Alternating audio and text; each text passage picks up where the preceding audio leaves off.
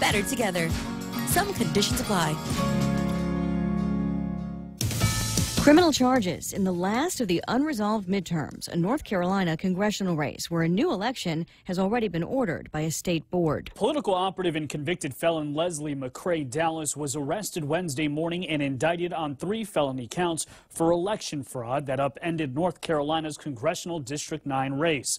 Dallas is accused of tampering with mail-in absentee ballots to favor Republican candidate Mark Harris. Harris was ahead of Democrat Dan McCready by 905 votes, but the state did not certify the outcome because of suspicions of election fraud.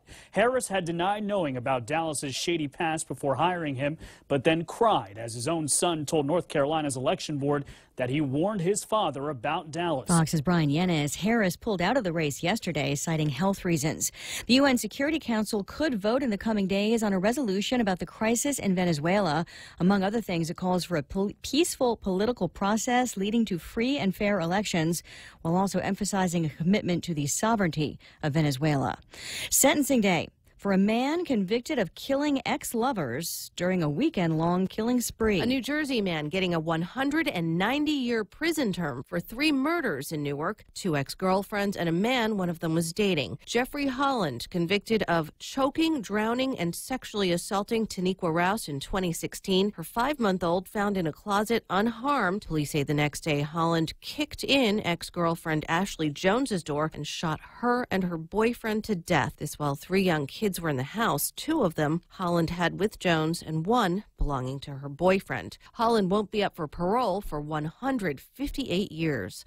Lillian Wu, Fox News. An hour to the close on Wall Street, stocks turning mixed. The Dow is still down about 67 points, but the S&P and the NASDAQ are higher. I'm Lisa Brady. This is Fox News.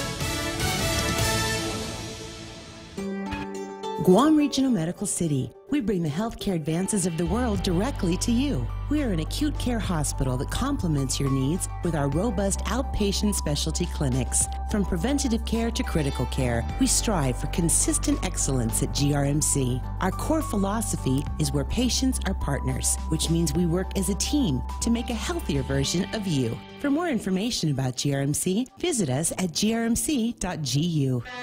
Here at APL, our core values give the company its heart and soul. Whether it's connecting your business with our global network through our newly enhanced service or investing our efforts into giving back to the community, APL is committed to serving you. We humbly honor the opportunity to find innovative solutions for you and your business. To learn more about our enhanced service, call 588-4651 or visit www.apl.com/Guam for more details.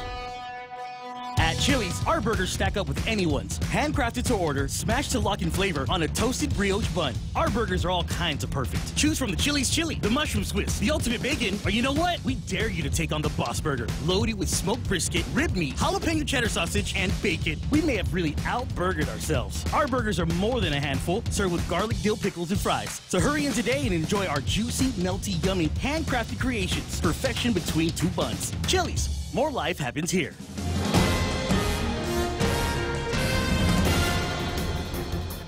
Half a day and good morning, Guam. News time here at The Point is 7 minutes past 6 a.m. this Thursday morning. I'm Kevin Kerrigan. Here's a look now at some of the top stories from the Guam Daily Post.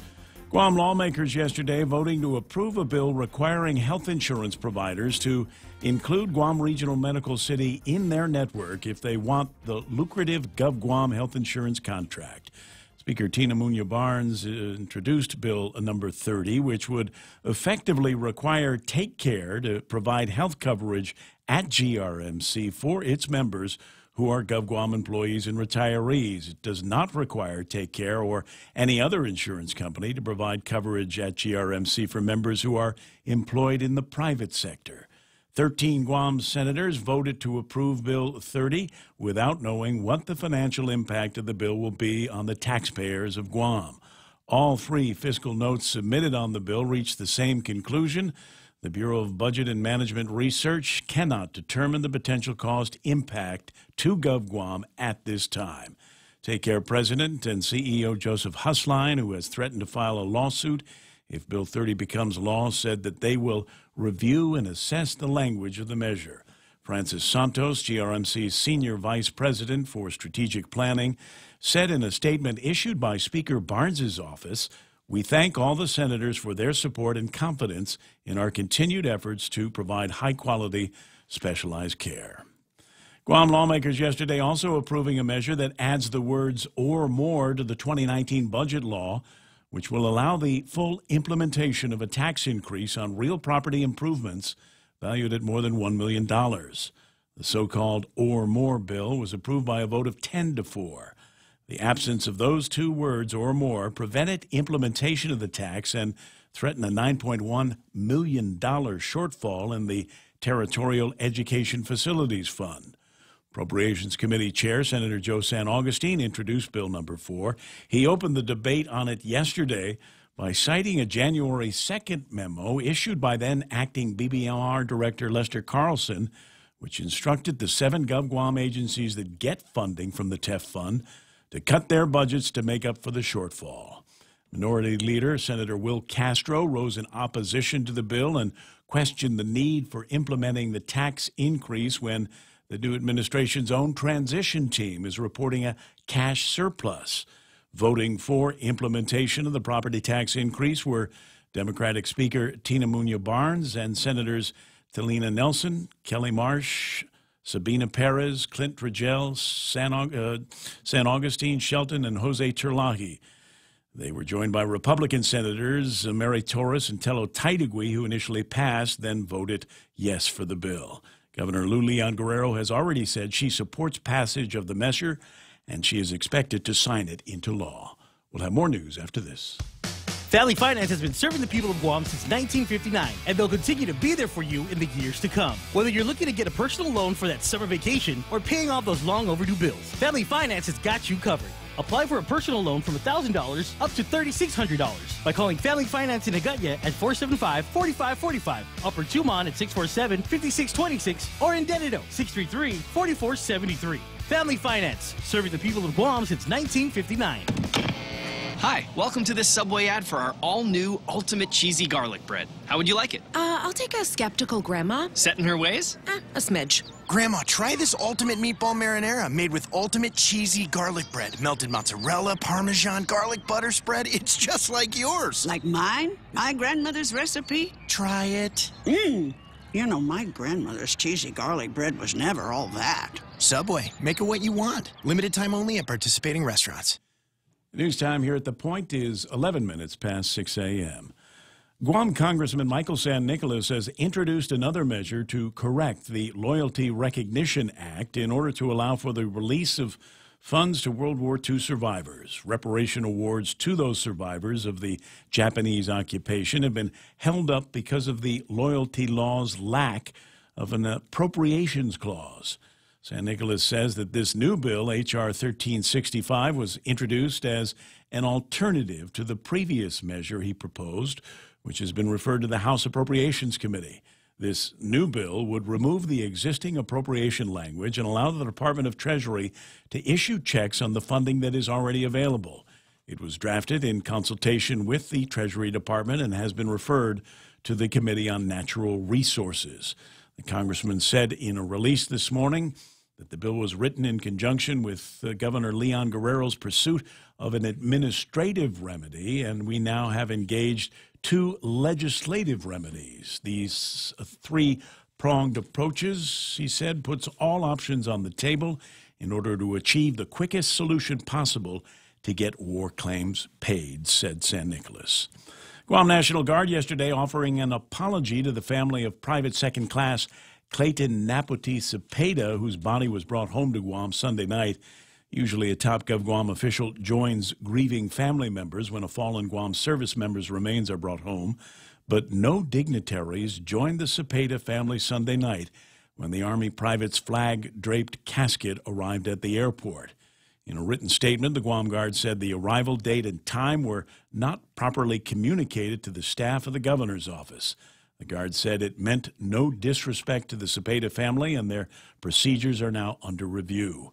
The 19-year-old was found dead in his Army barracks at Camp Humphreys in South Korea on February 11th. The Army has not yet released the cause of his death.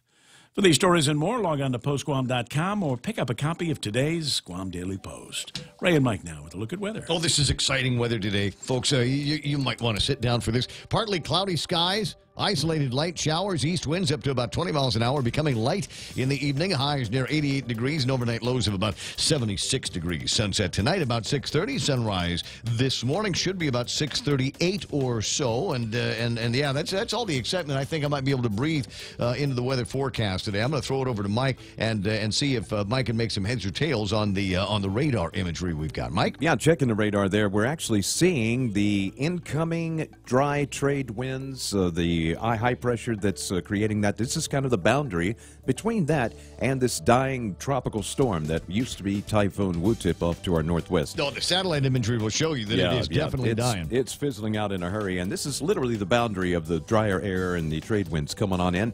That'll move on throughout the day today. Some isolated showers there.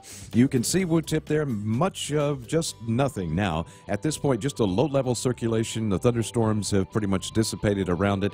It's losing all of its oomph, so to speak. That is a technical term, by the way. Oomph. And so, it should track off very slowly to the west-northwest and dissipate over the next 24 hours or so and be a long-distant memory by this weekend. Can you imagine? Mm-hmm. Can you imagine? Because it was all we were talking about last weekend. You know, this again, they will be going back in reanalysis of this system for probably several weeks trying to figure out just what the heck happened. Yeah, it's a crazy storm, huh? 6:14 in the morning, and that's news and weather together brought to you by Bank Pacific. Where others put branches, they place roots. Experience the Take Care difference. Take Care members can count on accessing a high-quality, credentialed network of on-island providers, including the convenient one-stop FHP Health Center and Urgent Care, access to an extensive off-island network of providers, and the island's largest offering of free fitness classes and health education programs. You can count on Take Care to deliver comprehensive, accredited insurance coverage and quality health care when and where you need it. Take Care. Our island, your health plan. Learn more at takecareasia.com. I got you. It's 6:14 in the morning. Portions of the program brought to you by my friends over at King's and their crazy 19 menu. It's zany, it's madcap, and they know that at some point today you are going to get the munchies. You know, when I say get the munchies, I mean you're just going to get hungry. I'm not suggesting that at some point you're going to ingest some kind of cannabinoid and all of a sudden you're going to say, hey, I'm hungry. I need something crunchy and sweet and savory. What do you got? But you might. So there is that possibility. And if you do, take your munchies with you to King's and check out their crazy lunch, Chicken Ranch BLT. And they make this exactly the way you would make it, except better. Spam sandwich, genuine helpings of fried spam slices, melted cheese, and a fried egg served on soft Hawaiian sweet bread or Hawaiian French toast. Huh? French toast? Did you just get a little slobbery when I said that? Think about what it's going to be like when you order it and eat it at King's. Security Title is honored to join in sponsoring Ray Gibson on The Point. My name is Alicia Blas from Agate, and this is where I start my day, listening to the voices of our community and sharing thoughts about issues that affect all of us. It all boils down to our people and our land. Putehi Igomamu. Protect your home. When purchasing or refinancing your home, remember to call the professionals at Security Title, just like you call Ray Gibson in the morning. Yay! 6:16 and the Ray Gibson Show brought to you by Guam Regional Medical City, the first choice for all of your specialty care needs. Also, American President Lines, they're shipping the future, and Micronesia Renewable Energy. You know, there's never been a better time to go solar. The Ray Gibson Show. Morning talk that matters. Call now, 888-TALK. That's 888-8255.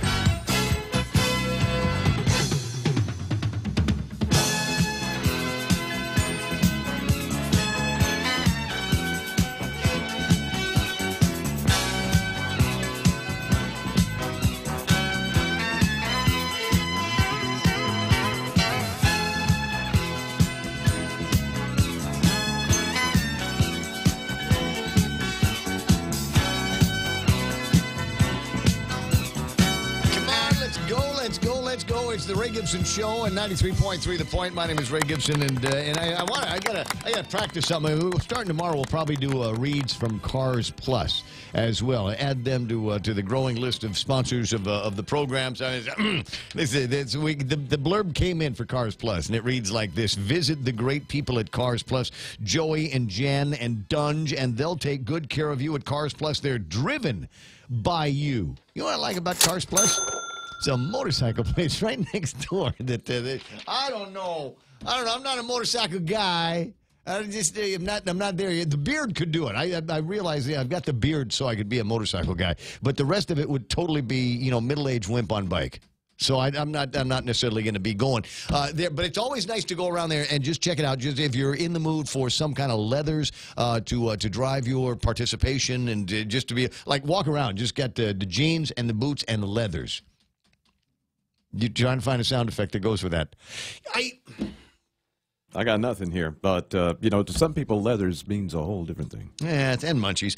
I was going to tell you today. Could you dig out the sound effect of a seal or seals? I'm sure. I can find or like that. Yeah. Apparently, they had a meeting of the Guam SEAL thing yesterday. In the midst of all kinds of other stuff. At the legislature, was it? I don't know if it was. No seals at the legislature. Only mice, blind mice. But there's only 13 blind mice. We'll tell you the story about that as the program continues. One voice over there is Michael Knight. He's the producer of the program and gets the phone when you call at 888-8255-888-TALK. And then the other voice that you heard is Kevin Kerrigan from the Guam Daily Post. And a busy enough day for news yesterday and coverage of all kinds of incredible stories, including the one that is at the front page of today's Guam Daily Post. Senator's OK bill that would benefit GRMC. And it is a bill that they have no idea what is going to cost anybody. And there's so much to this. And it may take the entire, 4 hours of the program for me to be able to get it all off my chest. I'll start with that in just a little bit. But first, the happiest moments of my day sound just like this. Sometimes you want to go where everybody knows your name, and they're always glad you came. You want to be where you can see our troubles are all the same. You want to be where everybody knows your name. All right, and first up, Ishmael Velez, who says, for those of you planning a visit to NB Guam at Naval Base this week only, updated to NEX Mini Mart and gas station hours because of the MEC are as follows: Monday through Friday, 5:0500 to 0800, and then 16:15, that's 4:15, until midnight, Saturday through Sunday, 0600, which is 6 o'clock in the morning, until midnight, which is midnight for those of you that are unfamiliar with the military clock there. Thank you for your patience and cooperation. Hey, Ismail, what's the going rate for a gallon of gasoline at the auto port, if you don't mind? John Ray Titano with his buenos. I see Mark Cruz, Randy Kruger, Gabby LG saying good morning. Well, good morning back at you. Juanita's online. Rico Blancaflor, Marvic Pareja is playing around with the Facebook Live. So is James Howard, Charlene Marcia. So Bob Luzama, I got Ken Leon Guerrero. Yeah, I wonder what Ken wants to talk about today. Mark Colby, and I did get a note from Mark on the media WhatsApp the other day. One of several that exist in this town, but this is kind of a Guam Major League Baseball WhatsApp, and I'll share with you when I get a chance to look at it some of the things that he was talking about. Heard the commissioner is moving opening ceremony to Friday, March the 15th. There's something about the Ides of March to look out for. We've got baseball. Who's playing? The Rays, the Orioles, the Zotnya Redhawks, 76 Expos, Junior Nationals, Telefofo Rangers, and the Blue Jays, which is a combined Rooks and Giants from the last season. Tentative schedule for the first week includes Rays versus the Orioles on Friday the 15th, and then there's more. We'll spend some time talking about that. Hey, we got something to talk about in the sports report later on today. That's great. Tommy Bernardo, Levon Guerrero Meno. I got Tim Lohan there. Tim knows a thing or two about riding motorcycle. Cousin Tommy Barcinas, who says, "Moaning Ramon." I don't know if that's a typo or, maybe our best hopes. Gina Kono is there. Jackie Cabrera. I see Heather Perez, Pam Duval, Joy and Pinko, Lynn Vince Borja Polino, Chris from Big Abetta, Dion Shinahara, Bert Duarte. Boy, look at all these names. Ken Leon Guerrero saying, just in case you're looking for a topic for the day, consider this summary for Bill 30. The road to hell is paved with good intentions. All right, you can riff on that later on, Ken. My riffs are going to be completely different here. Anita Muffness is there with her Valentine's eyes. I see John Nicholas with a Thurs Fry greeting for all of us.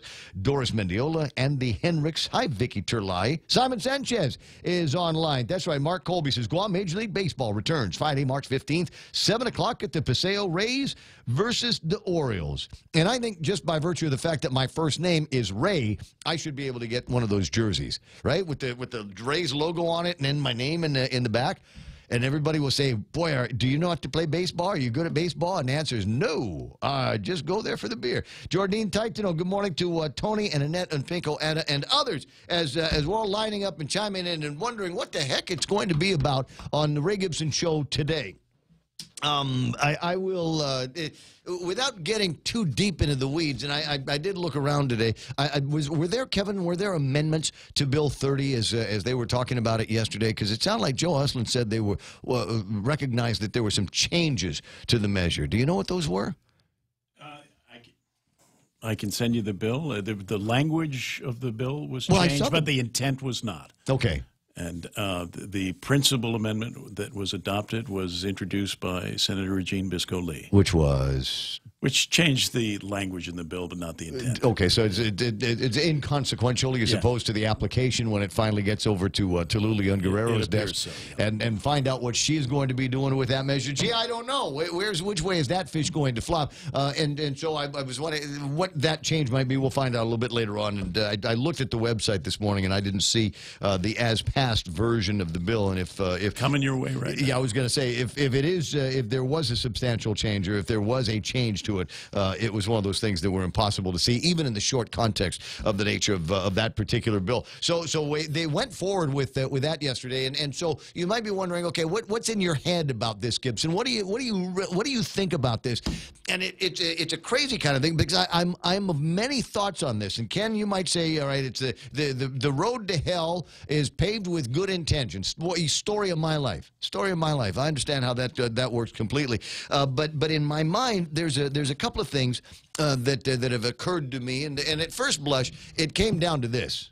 Because friends were asking me about it last night because they know I've been riffing on this for the last couple of weeks now. So, but what do you think it is? And you know what I think it is? It's the futility of the elections. The futility of the elections. It doesn't seem to matter, right? Who we vote for. It doesn't matter. Is it vote Republican or Democrat? Or we're going to vote for men and women. Or we're going to vote for the old versus the young, and the young versus it doesn't make any difference, does it? Because the government keeps getting in. That's the futility of the election. And I got a note from somebody on the WhatsApp this morning who was asking me. He says, and I almost want to read it in word for word from what he wrote here. It says, not that one. It's that one. He said, Ray, do you consider yourself a Republican? Some Republicans seem to think otherwise. And the answer to that question is I don't know that I consider myself anymore a member of any party that we've got here on Guam. I don't know that I see parallel with the Republicans. I don't know that I see parallel with the Democrats, and certainly with the unanimous nature of the way this bill passed the legislature. I don't. Maybe I am contrary to the way everybody thinks. Is that possible? Is it possible? I'm sitting here and I rail against this thing, not necessarily on the grounds or the intent of the bill or what it was that Tina was trying to do with this. It's just that it's going to come down as an additional expense for the taxpayers. I guarantee it. I guarantee it. There's going to be, if what happens, if the intent of the bill is followed through, then Take Care will be working with Guam Regional Medical City, and Take Care customers and the Take Care employees and the retirees are going to see their premiums increase as a result of that process, that negotiation. But as we have seen time after time, is generally the cost of health insurance from employees and retirees in the government of Guam are not 100% borne by the employees and retirees of the government of Guam. They're borne in large part by the contributions of the government of Guam, i.e. the taxpayers. So I'm going, wait a second, how is it possible that you could get 13 people to step into the abyss? They're completely blind, can't see anything.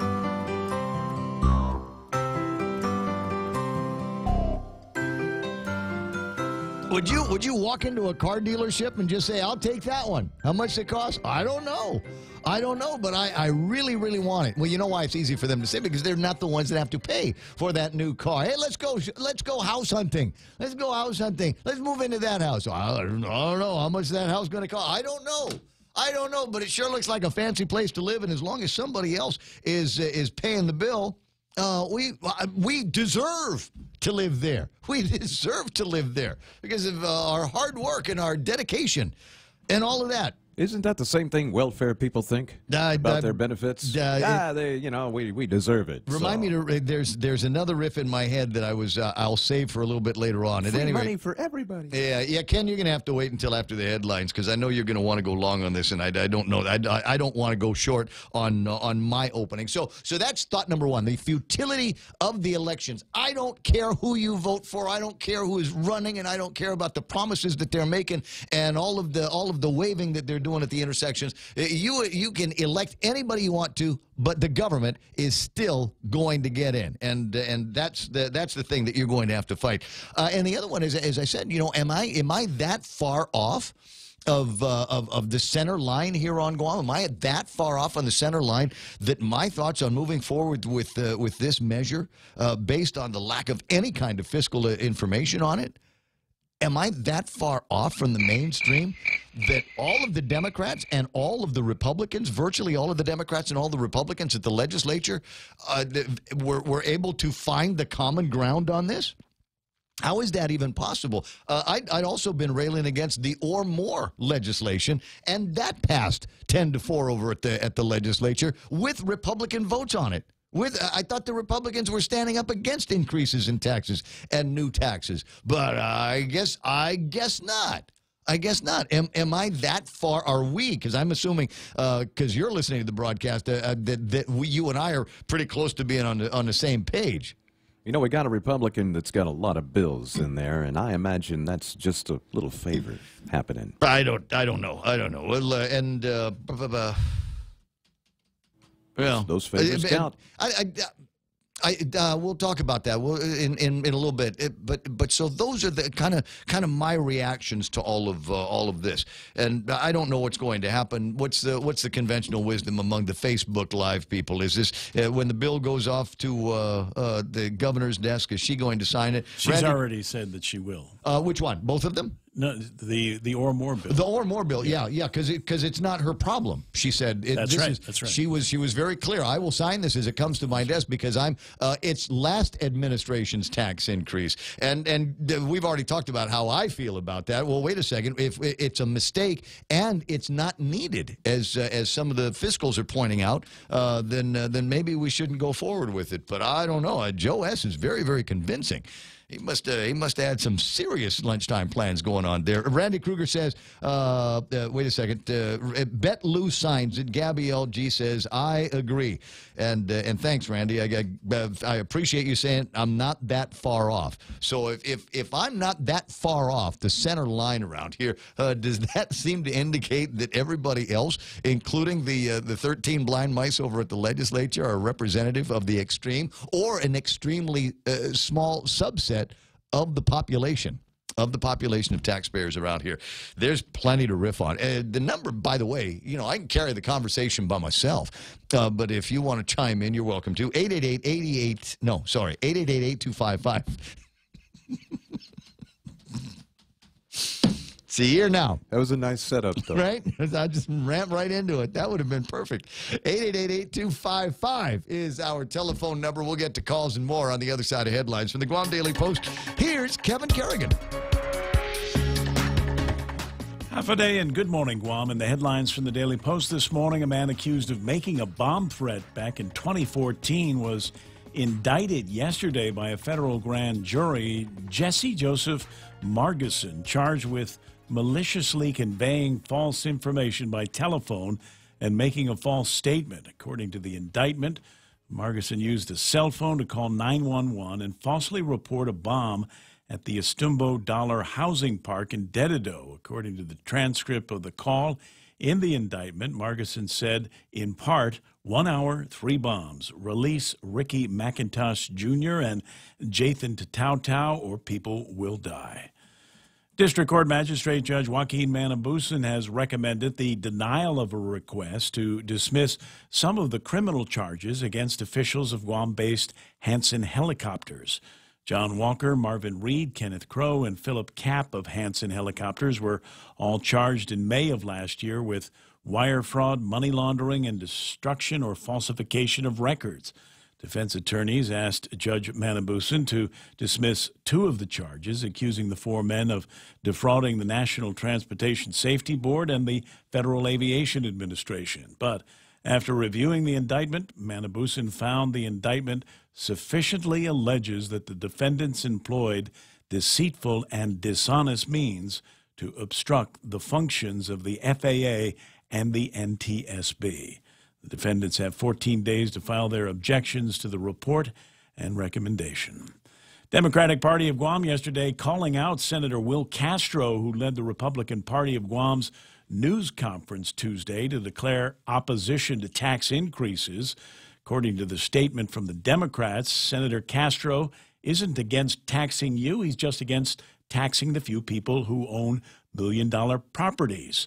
The Democrats stated in their news release also said, we won't forget that Senator Castro voted to increase the business privilege tax, voted to tax for gas, and voted to create a sales tax. Now he says taxes are bad.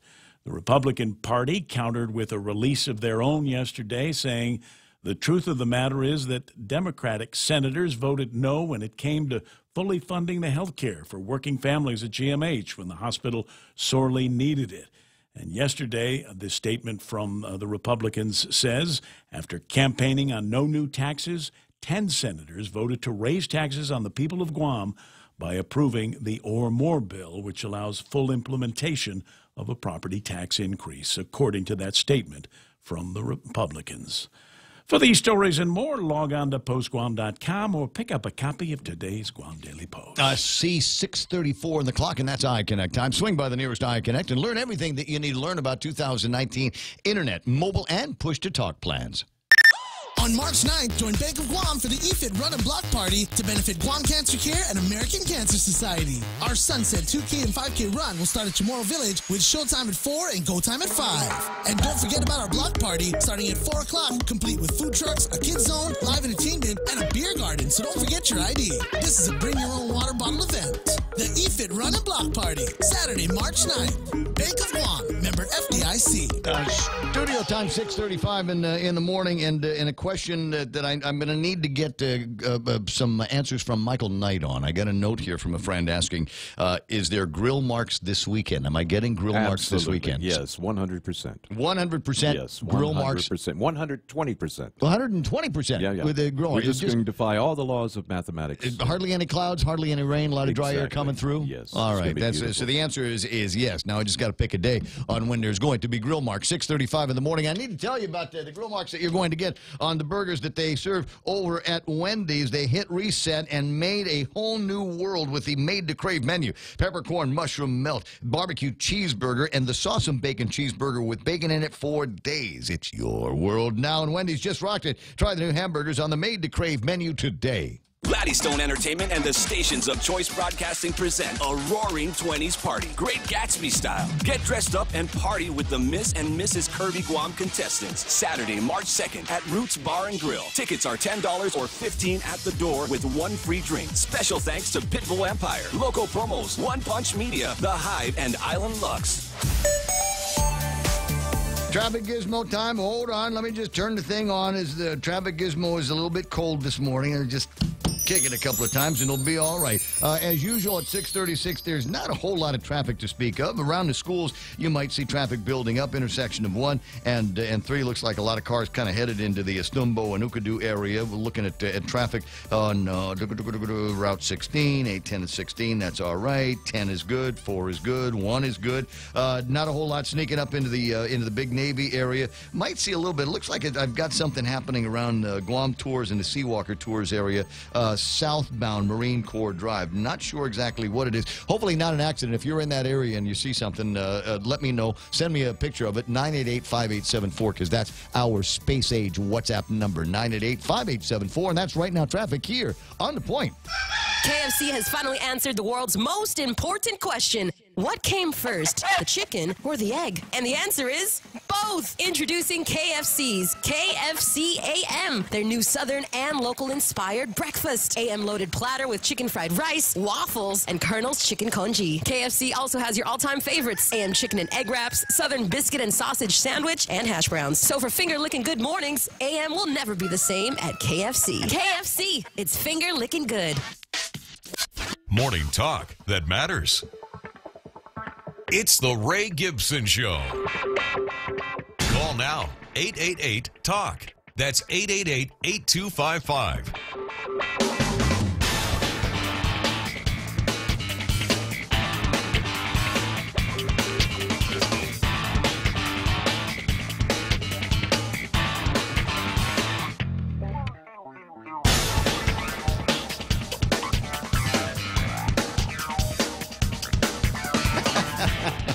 I'm sorry. That's I just my brother sent me a meme and it's funny and I can't put it on the air. Sorry. 6:38 in the morning. 888-8255. 888-TALK. What's the haps? What's the buzz on the Facebook Live here this morning? There's Melissa Sakimoto's there. Katie Baltazar. Good morning, Randy Kruger. Richard Leon says, and now the Guam public knows why Guam and GovGuam has an ever-growing financial debt. Laws are passed without full research. Ismail with a response to my question, which is gas is $2.34 on Friday, but why write legislature to benefit a privately owned hospital instead of Guam's hospital? Just jam all your thoughts into one line here. Thanks, buddy. Elwin Chimpaco. At the legislature, everything over and under the moon can be bought, especially by those representing those now in power positions. Throw enough steaks in front of hungry dogs and they'll stop growling. No need to shoot them, just feed them.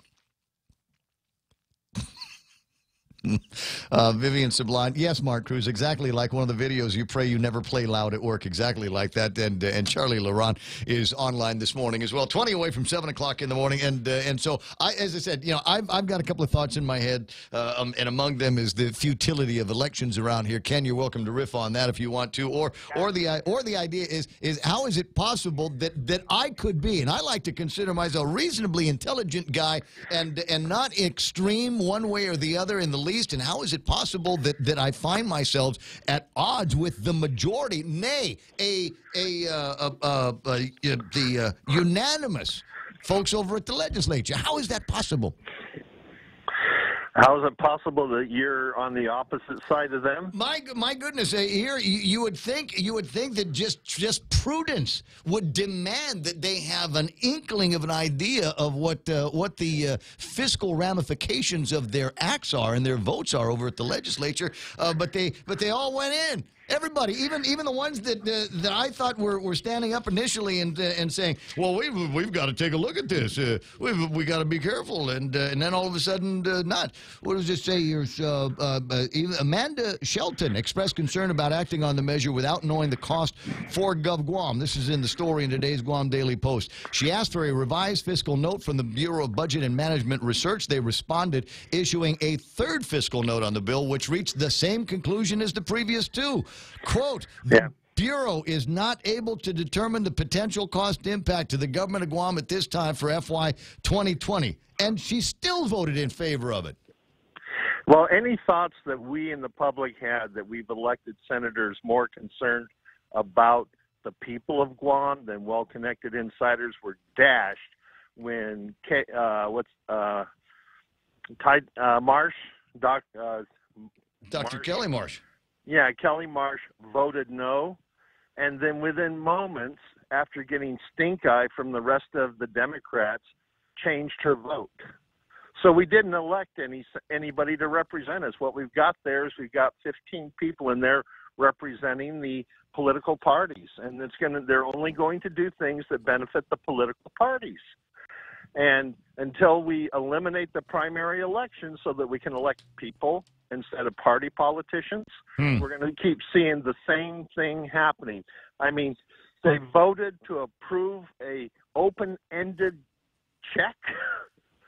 This is even worse than Simon Sanchez, you know? Are you talking about the guy or the school? You always confuse me. Simon Sanchez, the person, is a nice guy, a very, very intelligent guy. Was a hell of a DJ back when I was a DJ, too. Back in the day, yeah. At the old KATB? Yeah, but what we're talking about here is that we have a group of politicians who defy physical responsibility in their very first session, where they're just willy-nilly adding to the cost of government at the expense of the people. And the fact that they don't even care how much they're inflating costs is a big problem. It just goes to show that there's no pork barrel bill that's going to go before this legislature that won't be approved. I expect to see them come out unanimously in support of Guam YTK and GRRP and any other pork barrel bill that comes before the legislature. You know what we've got to do here, Ken, is I'm tired of swimming against the tide here. Is there pork barrel legislation that you and I might be able to introduce that would be good for us?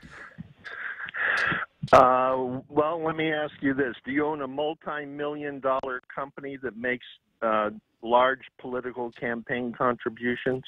Sadly, not at this time. Neither do I. So my chances of getting a bill into this legislature that would be passed are pretty slim. I'm not asking for a lot of just, Super Bowl Monday holiday. I mean, can we get something like that? So when are they going to go back to work and try to, fix actual problems around here?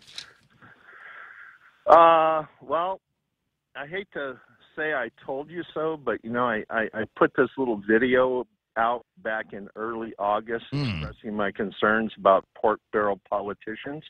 And in the very first session of the legislature, all my worst fears are coming true. So what this says for the people of Guam is every one of those people got elected brand that we are going to reduce the cost of government. We are going to reduce taxes. We're going to roll back taxes. We're going to make government more transparent. We're going to make government more responsible to the people. And in their first act, they increase taxes. They pass a bill that's going to cost taxpayers millions of dollars, and it's going to damage Guam Memorial Hospital. So we're going to have to put more millions of dollars in the hospital to keep it afloat. They've given themselves raises, and they've expanded government. So basically they've gone back. Actually, they've done the exact opposite of every campaign promise made last year. There's a story. Nestor Lecanto did the story at KUAM, and it attributes a quote here to Speaker Tina Rose Munya Barnes, and I found it amusing. The larger the pool, the cheaper the cost, and based on projections that was provided on the fiscal note, it looks like we're having a trend on the reduction of the price cost today.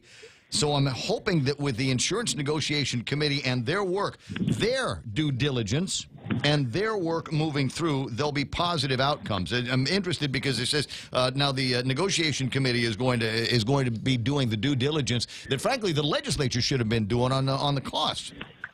And I'm curious as to what fiscal the legislature writes the checks. What fiscal note says there's a trend on the reduction of price today? What physical note? That's what it says. She says she's referring to a fiscal note. You couldn't get it. A fiscal note that looks like we're having a trend on the reduction of the price cost today. Well, it's going to be interesting to see when the insurance is finally costed out. Yep. How the politicians plan to pay for it. Now, they'll have three options. The first option is to raise the premiums on all the government of Guam employees, but they won't do that. You know why? They're going to run for office in 2 years. Well, no, the cost will remain the same to employees and retirees. It'll go up for the taxpayers. Well, like I said, they won't raise the premiums to the government employees. They'll raise the taxes to us. And so it's a no-win situation for taxpayers. So as long as we've got political parties controlling who gets into the legislature, we're going to see this get worse. I mean, we got 164,000 people on this island. We've got a $1 billion government budget. We got $5 billion in debt. You know, you can only squeeze so much blood out of a rock, and then there's no more blood to squeeze, and then we got Puerto Rico Part 2. Watch the airplanes. Watch the airplanes. They're going to be like California. People are going to be moving to Arizona. People are going to be moving to Nevada. People are going to be moving up to Oregon. Unfortunately, we don't have one of those, an I-5 that people can escape to. 6:47 in the morning. Hey, listen, I got to let you run. There's a couple of other things that I thought were interesting yesterday that I wanted to share up with the audience, and it requires a conversation with the acting governor of Guam. Well, I'm going to be listening to that very carefully. Well, because it has to do with the Guam Seal. I got the Lieutenant Governor Tenorio, actually the acting governor of Guam on the line. Good morning, Gov. Good morning. So, did you hear from Auntie Lou yet? Has she told you anything? Is she coming back with money? You know what? We haven't had our daily call yet, so I'll probably be letting her know about our call. So I'm the first one? Yeah.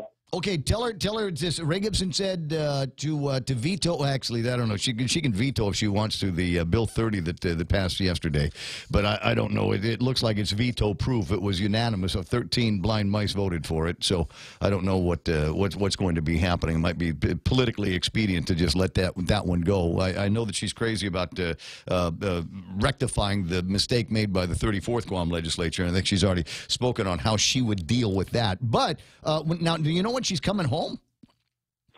She'll be back on Saturday. Okay. All right. So what have you accomplished? She's going to ask you this question, so I'll ask you. Josh, what did you do while I was gone? Well, I helped keep things together for her. The place ain't burning down, is it? The store's still open. Now, yet, I mean, I know because many of the people that were there are friends of mine, and they referred to a very, very productive meeting on the Guam Seal, which is traditionally under the auspices, if you will, of the Lieutenant Governor's office. So tell me about your Guam Seal meeting yesterday. Well, you know, the Guam Product Seal program is under GITA right now, and for me, I think we're just looking at trying to see where things are. There are 59 companies that have permits, and so I'm interested in hearing from them whether or not the program is relevant to them, what ways we can improve it. Also looking at the people that used to have, the businesses that used to have that seal, they don't, and why that is. There was some discussion about the labeling law that we have, concerns about all these products that are made in foreign countries that come in with appearing to be local products versus, what, if any, value is added by the local products that have the seal. So just really looking at fact-finding. Senator Jimmy Moylan and Senator Kelly Marsh typing over there. Both of them are interested in making some improvements. So I think we'll have a good partnership with them and the community. I'm looking for 2 of the 59 permit holders. I wanted to see whether who might be interested in being on this task force, which is in law. Okay.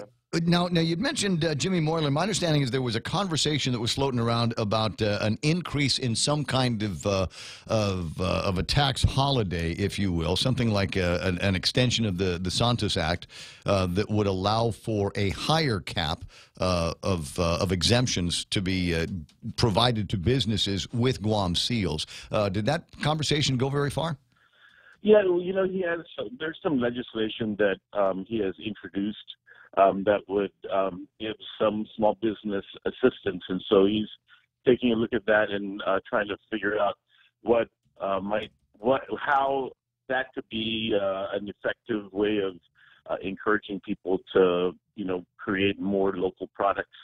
But then they were also talking again about just enforcement of the program, and I think really just making sure that it's relevant and how it could be relevant and how it could be an incentive. And, you know, even looking at things that we're doing, including at our main marketplace, the Chamorro Village, and, you know, whether or not priority placement in slots can be made for people that have those products, or should there be a section where it's clearly delineated that these are the products with the Guam products? So those are all the kind of talking that's going on, and we'll meet again next month after we get some additional information from the current permit holders and see how things are going with the current program. Chris Valencia online this morning asked, Lieutenant Governor, is the office still taking care of the Island Beautification Task Force?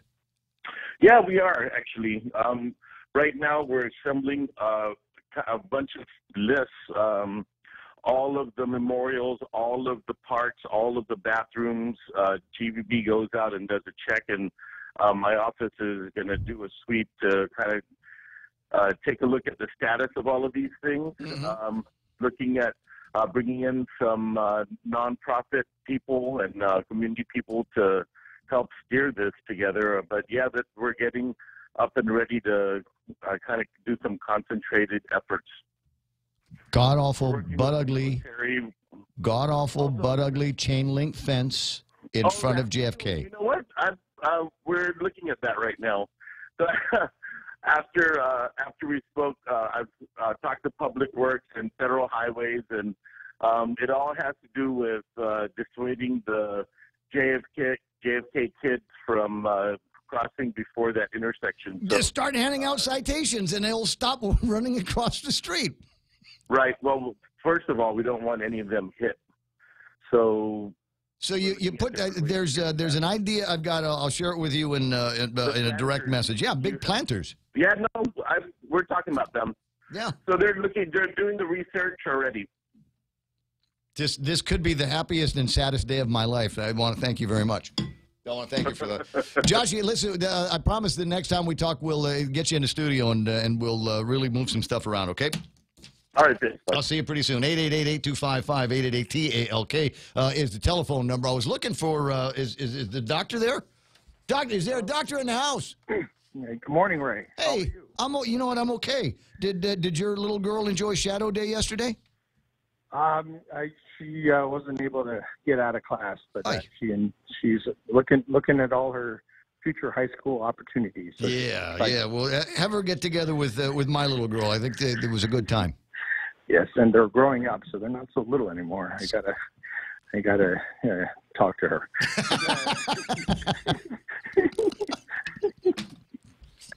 Yeah, it's tough being a dad, isn't it? There's easier things for sure. 6:55. What's on your mind, Doc? You know, I'm trying to figure out exactly how to respond this morning to the legislature's actions last night. So, shock and incredulity aren't working for you. I would have thought if they had read the post in the editorial that was so well written, outlining some of the reasons they should be careful, that at least one person would have had the courage to at least, say the emperor has no clothes. They've now put the acting governor, Josh Tenorio, and when Lou Leon Guerrero comes back, in a very difficult position because the governor of Guam now has a decision to either go ahead and accept the legislature's unanimous decision to give the private hospital advantages that now will take resources from our ailing Guam Memorial Hospital. We've been speaking with the folks in the new Lou and Josh administration, and it seems unanimous that our public health facilities and our public hospital are broke. They're running out of money, and the resources to fix the problems there are just not there. And it's going to be a very difficult time for them to deal with things, even with what we have. But now, by basically declaring that Guam Memorial Hospital is not fit for Guam employees and their retirees, and that the legislature has demanded unanimously that these people be given a preferential opportunity to go to the private hospital, despite the fact that the people in the government budget office have said that the costs are unknown and very likely very expensive. The taxpayers of Guam now are faced with really the question is, if GMH is not good enough for government of Guam employees and retirees, according to our senators, then why would anybody go to GMH? Why would anybody go there, particularly after JCAHO has already said it's unsafe? And CMS is still to render its final decision about whether or not they're going to continue to allow Medicare patients to go there. Hopefully, good news that, in fact, CMS said everything was fine. But it's been 2 weeks since they left, and no one's given us any good news. So. Well, did you see BJ's audit talking about billing and collections over at Guam Memorial Hospital and the inability to collect anything more than about 10% of what is billed? So if we take what the senators did last night, I guess on face value, they're unanimously saying that GMH is no longer good enough for the people of the government of Guam. That does leave then the rest of the people of Guam out in the cold because they're not going to be able to go to GMH anymore with any confidence. I hope the senators who voted for this measure, which didn't include the chairperson of health, by the way, who unfortunately had to attend to a family tragedy. But so the chairperson of health did not vote yes. She didn't vote at all. But the rest of the senators, I think, blindly drank the Kool-Aid that a vote for GRMC is only a vote for better health care for government of Guam employees and retirees. Francis Santos states oddly states in the press release that was sent out by the Speaker's office, by unanimous vote today, the legislature has recognized the people's new definition of what the standard of health care is on Guam and their right to access that care without fear of excess financial burden. And, we don't disagree that GRMC is an excellent option for most patients. In fact, I've come out. So what have they done there to extend that new hired standard of health care on Guam to Guam Memorial Hospital as a result of the passage of 30-35? They're going to probably have to extend more taxpayer subsidies to make up for the loss of revenue, as now more and more patients, particularly those with Take Care, have the option to go to GRMC, and who wouldn't want to go? It creates two problems. One is loss of revenue for GMH, and according to some people, it might be about $20 million. So that means the taxpayers are going to have to pay an additional $20 million to keep GMH running the way it is. And so, right now GMH is broke, but we're going to have to pay them probably about $20 million more a year to keep it going. And the other thing that's going to happen is it's going to cause GRMC to be full of private patients who feel that GRMC is what they want. And the indigent patients are going to have no place to go, so they're probably going to be forced to go back to GMH, because that's been the problem, is that the indigent patients have complained that GRMC has preferentially dumped. Well, and back in the old days, it was always the case indigent patients would go to GMH, and anybody that had the wherewithal would go to the Philippines, go to Hawaii. 6:59, Doc, I got to run. I got the news coming up. I'll talk to you pretty soon. Thank you. All right, man. We're KUSG Gotnya. This is 93.3 The Point. Stand by for Fox News Live.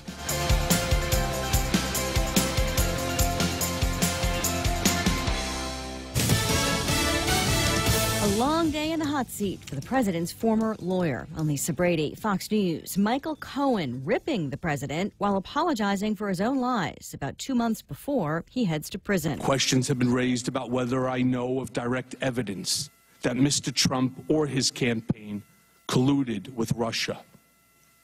I do not. But Cohen tells a House committee he has his suspicions. For instance, an overheard conversation leading him to believe the president did know in advance about the Trump Tower meeting arranged by Donald Trump Jr. with a Russian lawyer. He also says the president knew in advance about a WikiLeaks dump damaging to Hillary Clinton. And Cohen says he's ashamed of his own actions over 10 years working for someone he now describes as a racist and con man. How many times did Mr. Trump ask you to threaten an individual or entity on his behalf? This question from California Congresswoman Jackie Speier. Quite a few times. 50 times? More. 100 times? More. 200 times? More.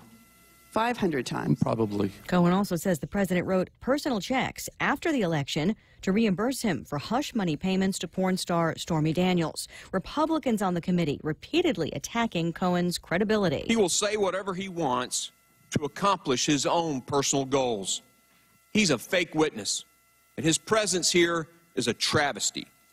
I hope the American people see through this. Tennessee Congressman Mark Green among those accusing Democrats of a political fishing expedition. A statement just released by the Trump campaign refers to Cohen's array of crimes, including perjury, asking why Congress even bothered to swear him in this time. Stocks finished lower. After fluctuating all day, the Dow down 72 points at the closing bell, back under 26K. The NASDAQ, though, slightly higher. This is Fox News.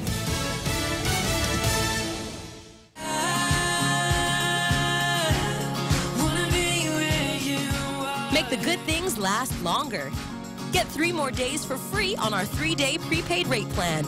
That's 6 days of unlimited local calls, SMS, and 1 gig of 4G LTE data per day for just $7.95. Text HS3 to 3282 from your Docomo Pacific prepaid phone to sign up today. Docomo Pacific. Better together. Some conditions apply. Great news from Exchanged, Guam's #1 online and mobile remittance service to the Philippines. Get a chance to win a trip for 2 to Manila with 3 days and 2 nights accommodations at the Belmont Hotel at Resorts World Manila. Here's how to join. Download the Exchanged app or visit exchange.me. Sign up and send money to the Philippines. You can also visit the Exchanged office inside the iConnect building in Upper Tumon. Promo ends May 2nd, 2019. Call 888-736-3 for more information. Conditions apply. Take advantage of Exchange Dollar to Remit promo. Visit exchange.me for details. The U.S. House just passing a gun bill, considered the first major gun legislation taken up by Congress in nearly 25 years. It would expand federal background checks by closing loopholes, including for Internet and gun show sales. It increases safety without limiting our Second Amendment rights by implementing common sense policy. Kansas Democratic Congresswoman Sharice Davids, 8 Republicans joining Democrats to support the bill, which faces an uncertain path in the U.S. Senate. A former police officer in Florida is using the state's controversial self-defense law to claim his shooting of a stranded motorist was justified. Prosecutors in Palm Beach County, Florida, say a former police officer fired for shooting a stranded motorist to death and now being tried for his manslaughter gave a statement to investigators which doesn't fit the evidence. Former officer Newman Raja says Corey Jones pointed a gun at him, forcing Raja to fire, but an audio recording purports to show Raja, who was in plain clothes and who left his badge in his car, never identified himself as a policeman. Prosecutors say Jones, who was legally carrying a gun, threw his gun away when confronted and ran away when shot. In Miami, Eben Brown, Fox News. Supporters of legalizing marijuana try again in New Hampshire. The state house approving a bill. The bill would allow legal possession of an ounce of the drug and establish a statewide commission that would regulate sales. The bill now goes for debate in a state house committee before coming back to the full house for a final vote. The New Hampshire legislature has gone down this road before. Last year, the House passed a similar marijuana measure, but the legislation was defeated in the state Senate. Both chambers are controlled by Democrats, but Republican Governor Chris Sununu said he would veto the bill if it got to his desk. Fox's Gernal Scott. Recreational marijuana is currently legal in 10 states. I'm Lisa Brady. This is Fox News. Experience the Take Care difference. Take Care members can count on accessing a high-quality, credentialed network of on-island providers, including the convenient one-stop FHP Health Center and Urgent Care, access to an extensive off-island network of providers, and the island's largest offering of free fitness classes and health education programs. You can count on Take Care to deliver comprehensive, accredited insurance coverage and quality health care when and where you need it. Take Care. Our island, your health plan. Learn more at takecareasia.com. Here at APL, our core values give the company its heart and soul. Whether it's connecting your business with our global network through our newly enhanced service or investing our efforts into giving back to the community, APL is committed to serving you. We humbly honor the opportunity to find innovative solutions for you and your business. To learn more about our enhanced service, call 588-4651 or visit www.apl.com/Guam for more details. At Chili's, our burgers stack up with anyone's. Handcrafted to order, smashed to lock in flavor on a toasted brioche bun. Our burgers are all kinds of perfect. Choose from the Chili's Chili, the Mushroom Swiss, the Ultimate Bacon, or you know what? We dare you to take on the Boss Burger. Loaded with smoked brisket, rib meat, jalapeno cheddar sausage, and bacon. We may have really out-burgered ourselves. Our burgers are more than a handful, served with garlic dill pickles and fries. So hurry in today and enjoy our juicy, melty, yummy, handcrafted creations. Perfection between two buns. Chili's, more life happens here.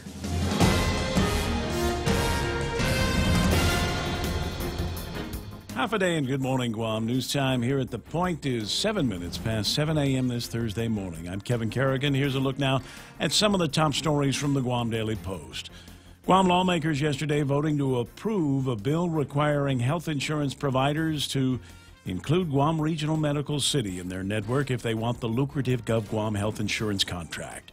Speaker Tina Munoz-Barnes introduced Bill number 30, which would effectively require Take Care Insurance to provide health coverage at GRMC for its members who are GovGuam employees and retirees. It does not require Take Care or any other health insurance company to provide coverage at GRMC for private sector employees.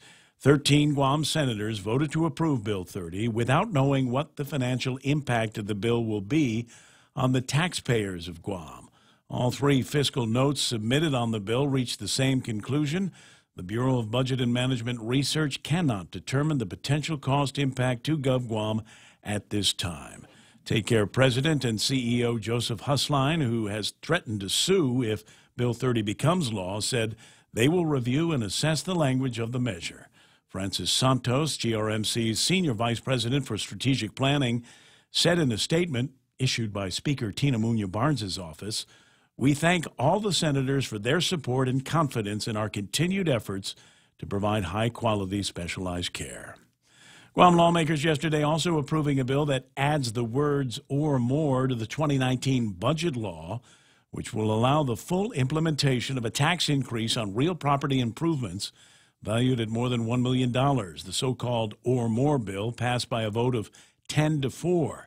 The absence of those two words, "or more," prevented implementation of the tax and threatened a $9.1 million shortfall in the Territorial Education Facilities Fund. Appropriations Committee Chair Senator Joe S. San Augustine introduced the bill, warning that the heaviest cuts would fall on education. He opened the debate on Bill number 4 yesterday by citing a January 2nd memo issued by then acting BBMR Director Lester Carlson, which instructed the 7 GovGuam agencies that get funding from the TEF Fund to cut their budgets to make up for the shortfall. The Guam Department of Education was facing the heaviest blow. They were instructed to reduce spending by $4.7 million. Minority Leader Senator Will Castro rose in opposition to Bill 4. He questioned the need for implementing the tax increase when the new administration's own transition team is reporting a cash surplus. Voting for implementation of the property tax increase yesterday were Democrats Speaker Tina Munoz-Barnes and Senators Talina Nelson, Kelly Marsh-Titano, Sabina Perez, Clint Rigel, Joe San Augustine, Amanda Shelton, and Jose Terlahi. They were joined by Republican Senators Mary Torres and Tello Taitagui. Governor Lou Leon Guerrero has already said she supports passage of the bill, and she is expected to sign it into law.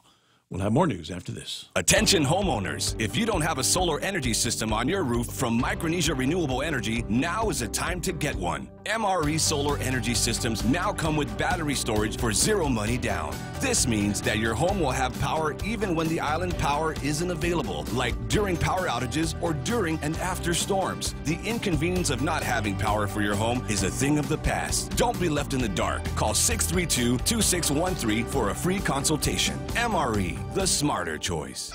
KFC has finally answered the world's most important question. What came first, the chicken or the egg? And the answer is both. Introducing KFC's KFC AM, their new Southern and local-inspired breakfast. AM-loaded platter with chicken fried rice, waffles, and Colonel's chicken congee. KFC also has your all-time favorites, AM chicken and egg wraps, Southern biscuit and sausage sandwich, and hash browns. So for finger-licking good mornings, AM will never be the same at KFC. KFC, it's finger-licking good. 11 minutes past 7 a.m. here at The Point. Guam Congressman Michael San Nicolas has introduced another measure to correct the Loyalty Recognition Act in order to allow for the release of funds to World War II survivors. Reparation awards to those survivors of the Japanese occupation have been held up because of the Loyalty Recognition Act's lack of an appropriations clause. San Nicolas says that this new bill, H.R. 1365, was introduced as an alternative to the previous measure that he proposed, which has been referred to the House Appropriations Committee. This new bill would remove the existing appropriations language and allow the Department of the Treasury to issue checks on the funding that is already available. It was drafted in consultation with the Treasury Department, and it has been referred to the Committee on Natural Resources. The congressman said, in conjunction with Governor Leon Guerrero's pursuit of an administrative remedy, we have now engaged 2 legislative remedies, he said. This 3-pronged approach, he said, puts all options on the table in order to achieve the quickest possible solution to get war claims paid. The Guam National Guard yesterday offering an apology to the family of Private Second Class Clayton Cepeda, whose body was brought home to Guam on Sunday night. Usually a Top Gov Guam official joins grieving family members when a fallen Guam service member's remains are brought back home, but no dignitaries joined the Cepeda family Sunday night when the Army private's flag-draped casket arrived at the Guam International Airport. In a written statement yesterday, the Guam Guard said the arrival date and time were not properly communicated to the staff of the governor's office. The Guard said it meant no disrespect to the Cepeda family, and their procedures are now under review. The 19-year-old was found dead in his Army barracks at Camp Humphreys in South Korea on February 11th. The Army has not yet released the cause of his death. For these stories and more, log on to postguam.com or pick up a copy of today's Guam Daily Post. Ray and Mike now with weather. I was pondering something while you were doing the news, and with apologies to you, I did not have your picture up the entire time you were doing that. I know it didn't make any difference. I've got a picture that I think you sent me of Lulian Guerrero, this governor. Lulian Guerrero, and I believe that is Nancy Pelosi. It is. And so this, I'm sorry, this requires a caption. This picture here requires what are you supposed to? Because you got Lulian Guerrero's talking to Nancy Pelosi, right? Yeah. He's a Governor Lulian, 2 powerful ladies talking to each other in conference over what could be vodka but looks like water in front of them. So I'm wondering what's going through Nancy Pelosi's head as she's listening to Governor Lulian Guerrero. I don't know, but we have tape of her during the State of the Union address. Nancy Pelosi. Yes. Just saying. You found the seals.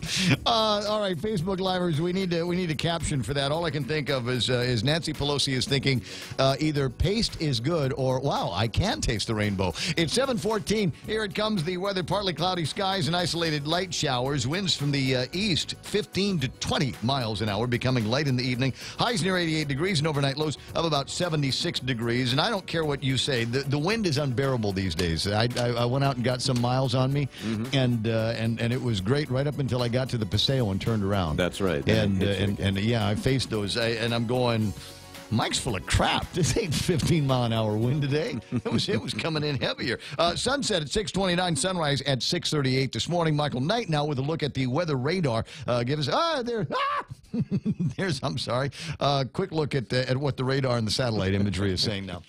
We can literally see the boundary of the dry trade winds coming on in. It's a little convergence. It's already slipped on past the Marianas and moving on to the west. We do have what was Typhoon Wutip quickly, unraveling is the best way to describe it, off to our northwest.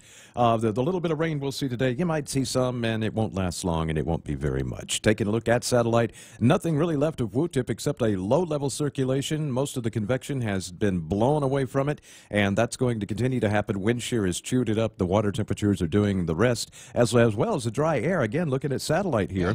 You can see, those of you that are on Facebook Live and can actually watch the pictures here, you can see the pinks in amidst the blues that are coming in with the clouds from the east. The pink represents actually very dry air, relatively speaking. Mm-hmm. And so all of this is coming in to put us back into that nice wintry trade wind scheme. And that should continue for at least the next week or two. Looking at the Windy app, and it's showing the possibilities of another surge, maybe our very last one coming in sometime midweek next week. That'll be nice, a little reinforcement of some of those trade wind breezes before things start to get hot again. Air. Yeah, well, it felt like it was starting to get hot again yesterday, but maybe that's just because it wasn't as windy and snotty and rainy as it was over the weekend. That's the thing. We didn't have many clouds, and we were still in a transition between the really moist air that was moving out with Wutip and the drier air coming in, and that was before this line of showers this boundary, really, bringing in the dry air, had moved in. So, yeah, yesterday was actually quite humid and warm. All right. And the caption so far on this picture here is Nancy Pelosi, Chamorro. Is that with cinnamon and sugar or with chocolate? And the other and it's Lulian Guerrero saying, no, Madam Speaker, those are churros. You're thinking, I love it. I love it. You guys keep up the good work. And as I say, it's this picture here that requires some kind of a caption. Lulian Guerrero talking to the spaz Nancy Pelosi. I'm sorry, but that actually is really good. Right? No, those are churros that you're talking about. Now, I kind of want to zoom in a little bit on the picture, see how much control I've got over which way this thing goes, because it's for those of you watching on Facebook, this is just one of the many ways that I keep myself entertained. You can almost see Pelosi's facelift scars. So in front of there, you got the flowers, and then right next to the flowers, to the immediate right of the flowers, is a bowl of what I imagine is little packets of little sachets of cocaine. Got to be right. Absolutely right. It's 7:17 in the morning. Portions of the program here brought to you by a whole bunch of people we'll talk about after this. Laddystone Entertainment and the stations of Choice Broadcasting present a roaring 20s party. Great Gatsby style. Get dressed up and party with the Miss and Mrs. Kirby Guam contestants. Saturday, March 2nd at Roots Bar and Grill. Tickets are $10 or $15 at the door with one free drink. Special thanks to Pitbull Empire, Local Promos, One Punch Media, The Hive, and Island Lux. Portions of the Ray Gibson Show brought to you by my pals over at King's Restaurant. They're your pals as well. They put together, and I'm telling you, there's going to be munchies today. Whether marijuana's involved or not, you're going to get hungry. May I suggest that you roll by King's, check out the crazy menu. Just not a crazy menu if we don't have the sound effect. And check out, I talked about this last, and I don't think it made the impact that it needs to make with you. Because I'm looking at this, even though it's on the crazy lunch menu, because it has Spam in it, this is also a potential breakfast item, the Spam sandwich. Generous helping of fried Spam sliced the way they know we like it sliced, with melted cheese and a fried egg. So it's got Spam and an egg on this. You can have it on Hawaiian sweet bread or French toast. When would you have French toast, i.e. breakfast time? I'm just saying, it's on the lunch menu, but you can also have it for breakfast at King's. On March 9th, join Bank of Guam for the EFIT Run and Block Party to benefit Guam Cancer Care and American Cancer Society. Our Sunset 2K and 5K run will start at Chamorro Village with showtime at 4 and go time at 5. And don't forget about our block party starting at 4 o'clock, complete with food trucks, a kids zone, live entertainment, and a beer garden. So don't forget your ID. This is a bring your own water bottle event. The EFIT Run and Block Party, Saturday, March 9th. Bank of Guam, member FDIC. 7:19 in the morning, 888-8255. Portions of the program also brought to you by American President Lines. APL is shipping the future. Guam Regional Medical City, the first choice for all of your specialty care needs. And Micronesia Renewable Energy. There's never been a better time to go solar. Bringing you closer to the action. Any speaker, anytime. Watch and listen live on thepoint.gu.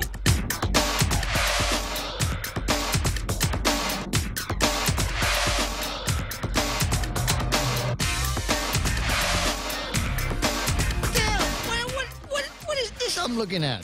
This should be some basic math skills going on over at the legislature. Quoting now from the story that Nestor Lecanto has on KUAM, quote from Tina Rose Munoz-Barnes, it says, the larger the pool, the cheaper the cost. And based on projections that was provided on the fiscal note, it looks like we're having a trend on the reduction of the price cost today. So I'm hoping that with the Insurance Negotiation Committee and their work, their due diligence, and their work moving through, there'll be positive outcomes. And I'm looking, and so Kevin, when I read this, Kevin immediately detected that my BS buzzer went off, and went and found the fiscal note. There's a projection provided on the fiscal note. It looks like we're having a trend on the reduction of price cost today. At the bottom of this, they take some pains over at BBMR to put this down, and it's I will grant you there's lots of numbers and lots of dates and FY this and FY that and the other, but what they basically said was taking a look at the costs in 2014 to 2017, 2015 to 2016, 2016 to 2017, they were able to see an average growth percentage at just under 1%. It was 0.83%. But that's still an increase, is it not? So based on that, their projections, this is just projections on what it would cost in 18 and 19 for health insurance was $88.7 million and $89.4 million. Keep those numbers in your head. They're both under $90 million, so it's not that difficult, right? Gotcha. Wow, $90 million for health insurance. So 88.7 and 18, 89.4. Those are projections. Would you like to hear actuals? How about the actuals, Ray? The actuals for 2018, $91 million. So it was going up. They thought it was only going to go up by 1%. It obviously went up higher than that. They were off by $2.3 million. That's plus $2.3 million. The actuals for 2018, sorry, 17 and 18. Is that right? $93 million. Uh-oh. Oh, so from 89.4 to 93. Uh-oh. That's about 4 or 5%. Yeah. So where did you see this trend on the reduction of price?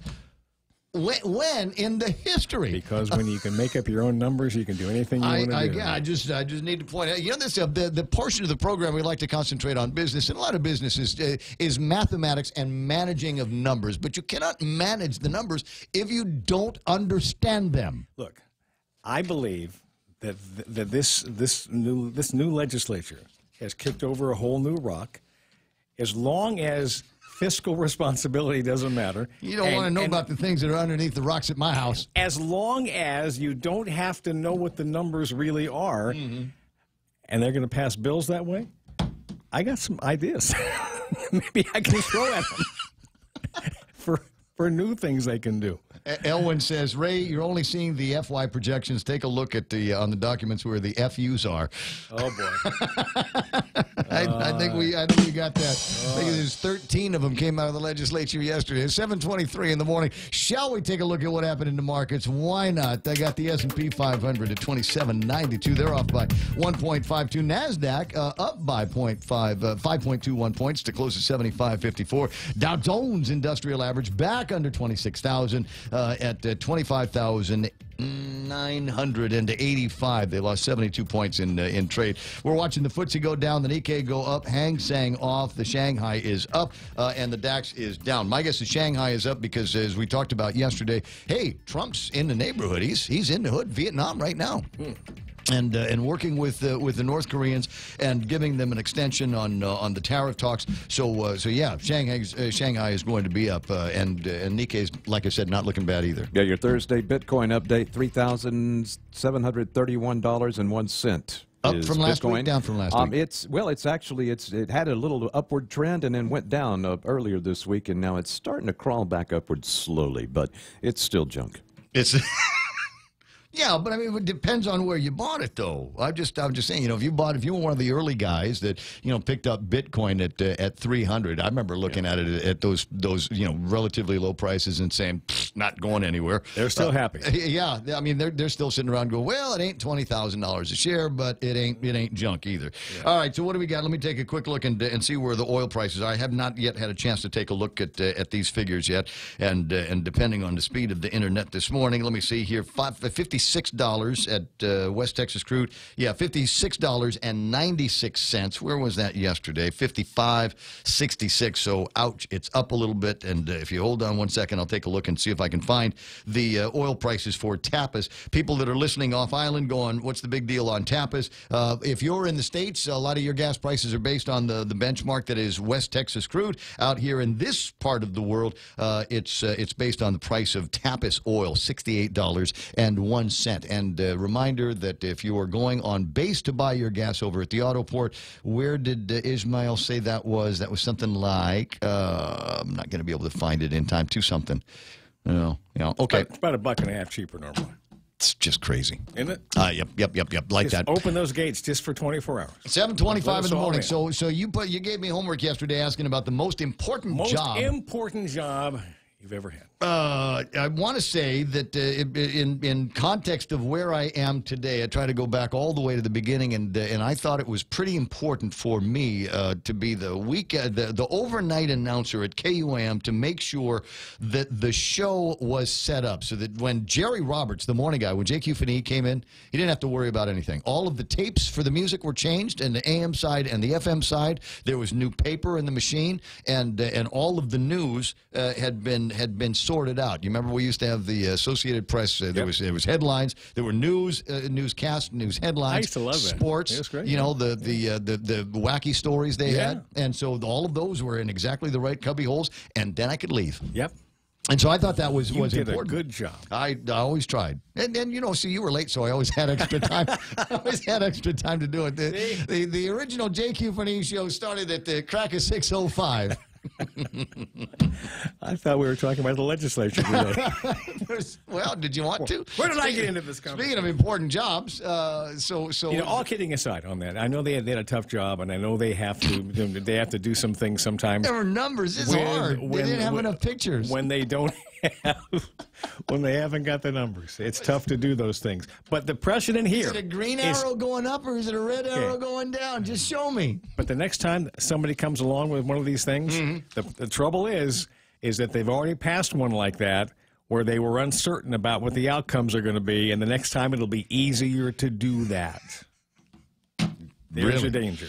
Well, I don't know, unless there's a stern rebuke, and I think, you know, the guy in the morning show on the FM talk station wagging his finger is probably not going to be stern enough. Yeah, I don't think it's going to be stern enough at this point. There needs to be a louder outcry, maybe so. Hue and a cry. I don't know, pitchforks and maybe so. and you know, flames coming out of the sticks. 7:27 in the morning, but that enough about me. Enough about you. Yeah. Enough about me. Let's get into Jerry Roberts and this morning's Extra Point, brought to you by Guahan Insurance Services and First Hawaiian Bank, where it all starts with yes. I've got a question for you. Mr. Gibson just answered his. Of all the jobs you've held in your career, which one was, or perhaps is, the most important for you, and why?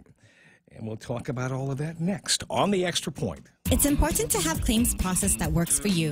At Guahan Insurance Services, we make things simple and convenient. Same door you walk in to purchase your insurance is the same door you open to file your claim. We can't pretend that the car insurance claims process is fun, but we can promise a hassle-free and speedy recovery without any runarounds. For your home, auto, and business insurance, visit us at the Camacho Landmark Center on Marine Corps Drive in Tamuning. Don't forget to like us on Facebook or give us a call at 475-1162 or text 929-SAVE. That's 929-7283. I had real trouble with this assignment myself. I began to think of all the things I've done in my career, what might be the single most important job of all.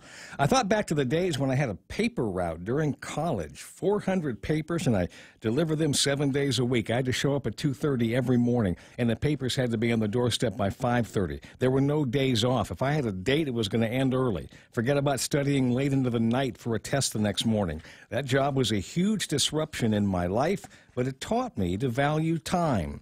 It also taught me that when someone doesn't show up for work, somebody else pays the price. If a carrier didn't make it in, the manager had to deliver his papers in addition to doing the rest of his job. He was a good guy, and I didn't want that. I didn't want to be responsible for that happening to him. So for the lessons I picked up, that paper route at age 19 might have been my most important job. When I decided I needed more normal hours, I applied for a job to clean and take care of a fleet of corporate vehicles. If you've heard me talk about a man we called Big Ed, this is where I met him. His philosophy deepened my understanding of the value of work and how to deal with people. He showed me that when you commit to giving a solid effort every day, the right kind of boss would make a commitment to you. I started to learn about how to be a good manager from Big Ed. Will the time I spent with him qualify that job as being my most important? I sold life insurance for a few years. 2 of my customers died. For their survivors, I'm sure that job was my most important. Or was it the 8+ years as JQ Finney on the radio? It was a major turning point in my life, allowing me to become known in the Guam community. And I still get the benefits from that to this day. And when I connected with Bill Gibson, it was at that time, who introduced me to his son Ray. If I don't get that radio job, then it's unlikely I'm standing at this microphone today. For me, that very well could have been the job that was most important. Then again, in terms of providing long-lasting value to others, I'm thinking the most important job is likely the one I have right now. I get to talk with, listen to, train, and learn from a lot of good people spread throughout Guam's workforce. The exciting part is seeing people grow now and then realizing what I'm passing to them will benefit other people, most of whom I'll never meet. They in turn will do the same for yet more workers. Okay, so what about you? Have you gone back over the years and thought about the jobs you've had? Have you considered whose life was made better by your efforts? Which one of your jobs helped others while helping you? Which one was your most important? That's the Extra Point. Get out there and make something good happen today. For 93.3, The Ray Gibson Show, Guahan Insurance Services, and First Hawaiian Bank, I'm Jerry Roberts. It's the last of the Februarys, tomorrow, March 1. March 1. Yeah. So what is your routine for getting into a new month, establishing the goals for another calendar page? I got to think about that. My routine. I mean, is there something that really. You do towards the end of the month or the beginning of a month where you say, okay, this is where I'd like to be at the end? No, I'm already weeks into the process. I know pretty much where I'm going to be in April at this point. So I've already gone through that. I don't do a month by month goals. I have long-term goals, and then I just things I need to do on a daily basis to get after them. Just checking, just because I thought maybe I was missing something. Apparently not, because I was looking at my calendar, and so my goal for today is to take the calendar that I got from the Japan consulate and put it on March, because it's still in January. I've bypassed the entire month, I think, and if I get that, I will have won adulting today, I think. Oh, okay.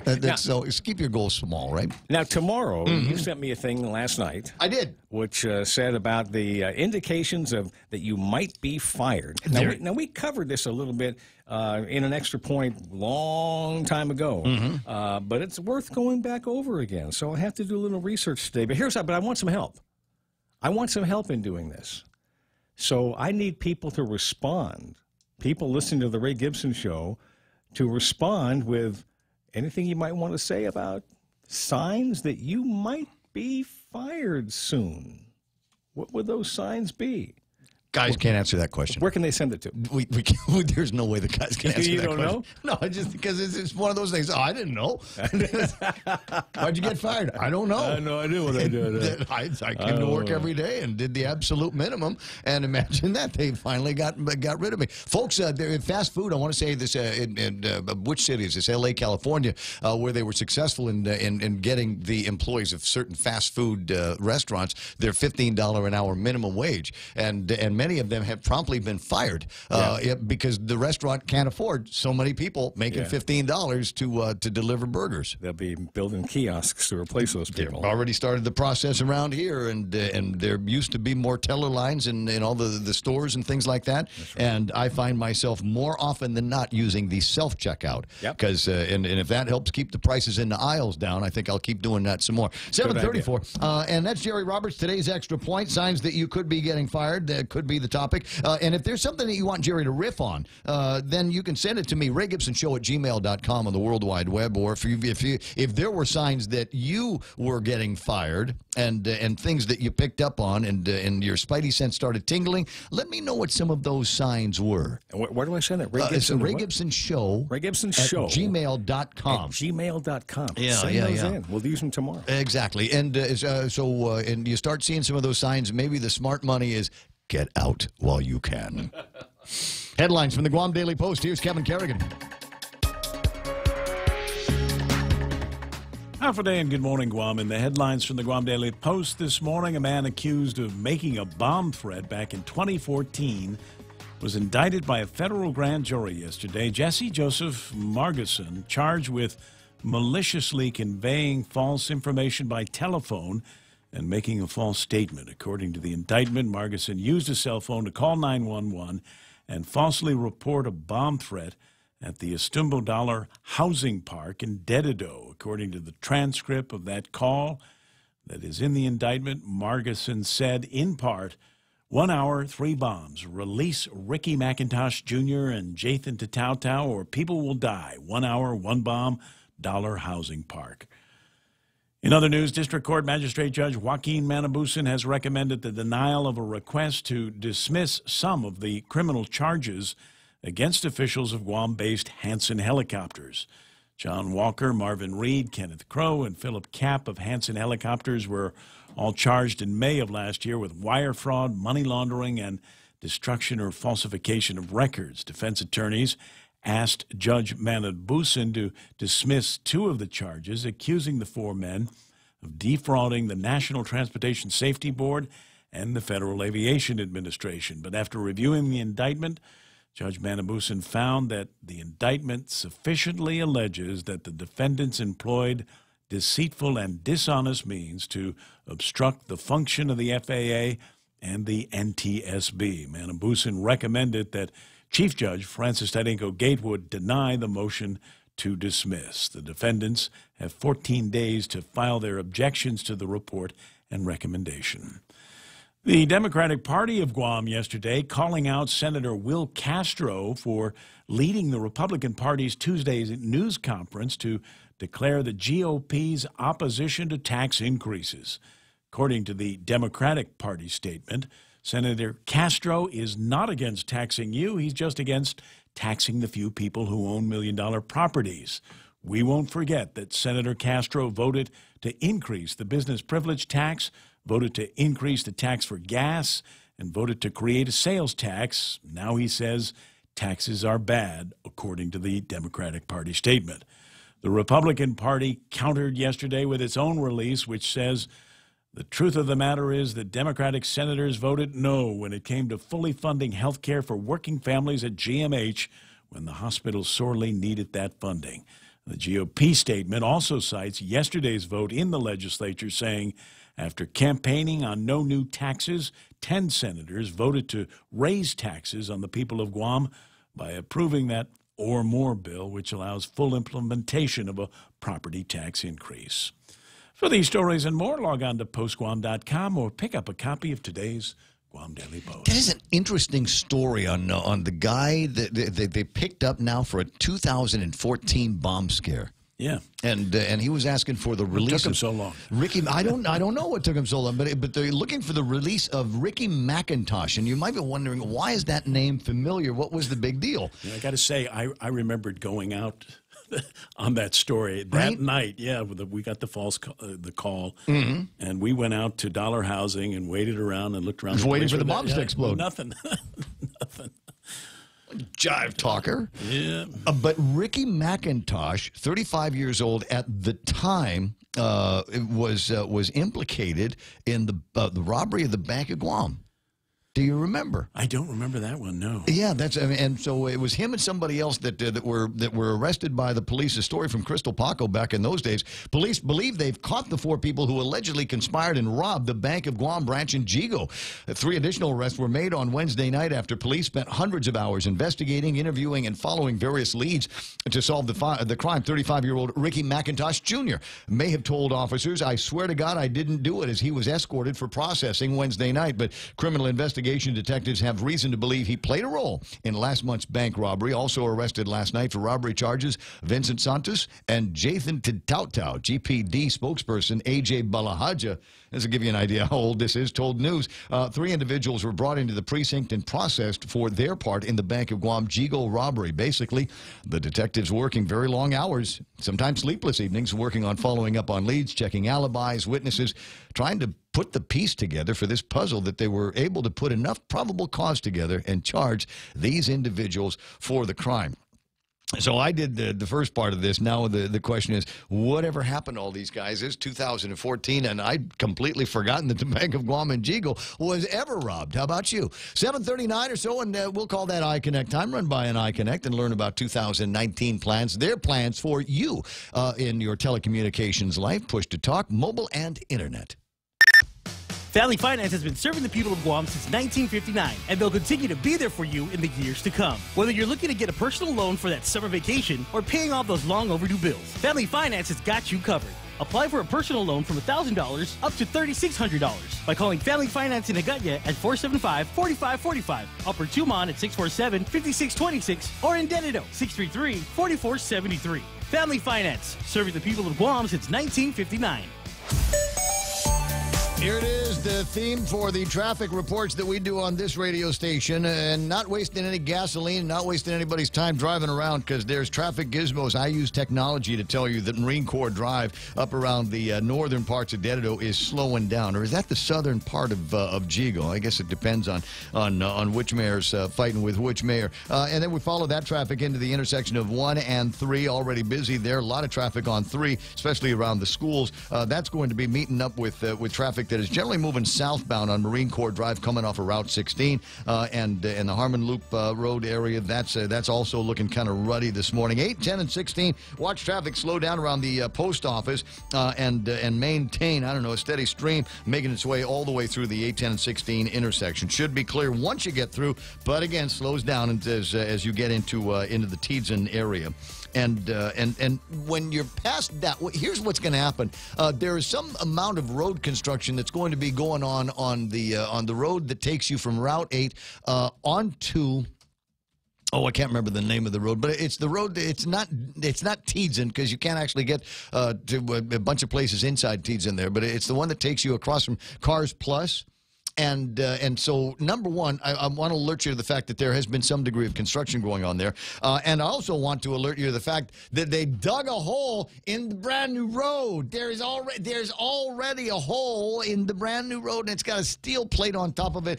And you know what's going to happen is the steel plate's either going to stay there forever, or when they come in to fill in the hole on the brand new road, it's going to be jacked up. They did the same thing on Hospital Road. I know. And the plate is actually bouncing now every time a car passes over it, and probably it may not even be in that spot anymore. It's kind of just moving around in its little orbit there. So I just, you know, it's one of those things. If somebody comes in and they build this new road, and it leads on to, you know, the roadway, Sunset Boulevard or whatever it is, and it's a nice piece, and now we've finally cracked the pavement, and they're not going to put it back the way they found it. It's going to be another crappy piece of road, or like I said, there's going to be a perpetual steel plate up there. So, yeah, I got a lot of confidence here. 742, just be on the lookout for that as you're making your way into the office this morning. Great news from Exchanged, Guam's #1 online and mobile remittance service to the Philippines. Get a chance to win a trip for 2 to Manila with 3 days and 2 nights accommodations at the Belmont Hotel at Resorts World Manila. Here's how to join. Download the Exchanged app or visit exchange.me. Sign up and send money to the Philippines. You can also visit the Exchanged office inside the iConnect building in Upper Tumon. Promo ends May 2nd, 2019. Call 888-736-3 for more information. Conditions apply. Take advantage of Exchange Dollar to Remit promo. Visit exchange.me for details.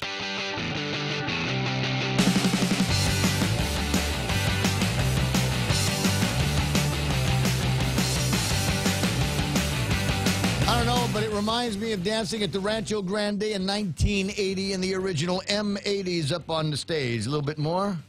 Come on. Come on. I got my punk shades on.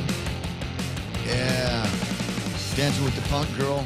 Oh, it was so much fun. It's 7:43 in the morning, 888-8255-888-TALK. What are we playing with? Yeah, Cazendo, steel plates equals duct tape for DPW. You know, I don't want to lay the blame at DPW. I don't want to lay the blame there, because there could be a private contractor working on it. Could be military. Isn't there a pump station nearby for the jet fuel? Maybe they're doing some work out there. Could be GWA. Maybe an issue there. I don't know. It's just that they broke the asphalt slab on my new road, and they're not going to put it back the way they found it. I guarantee it. I'm going to tell you this. I'm going to tell you right now. I can say it with so much certainty that we will always, forever, from this day forward, be driving on the scar of whatever work that needed to get done there. Because it's Guam. I'm 7:44 in the morning. Ray here in the studio. My buddy Mark's out there. Marky. Ray, man. Dude. Okay. The bank robbery. Jigo robbery. You weren't involved at all. Neither was I. They can't pin this one on me. Yeah, but I remember what happened was that they arrested a bunch of guys. One of them flipped. He became the star witness, and I don't remember who it was, but he became the star witness. When it came time to trial, he recanted, and the AGs were left holding the bag, if my memory serves right. So nobody ever served time for the Jigo robbery? Nope. Huh.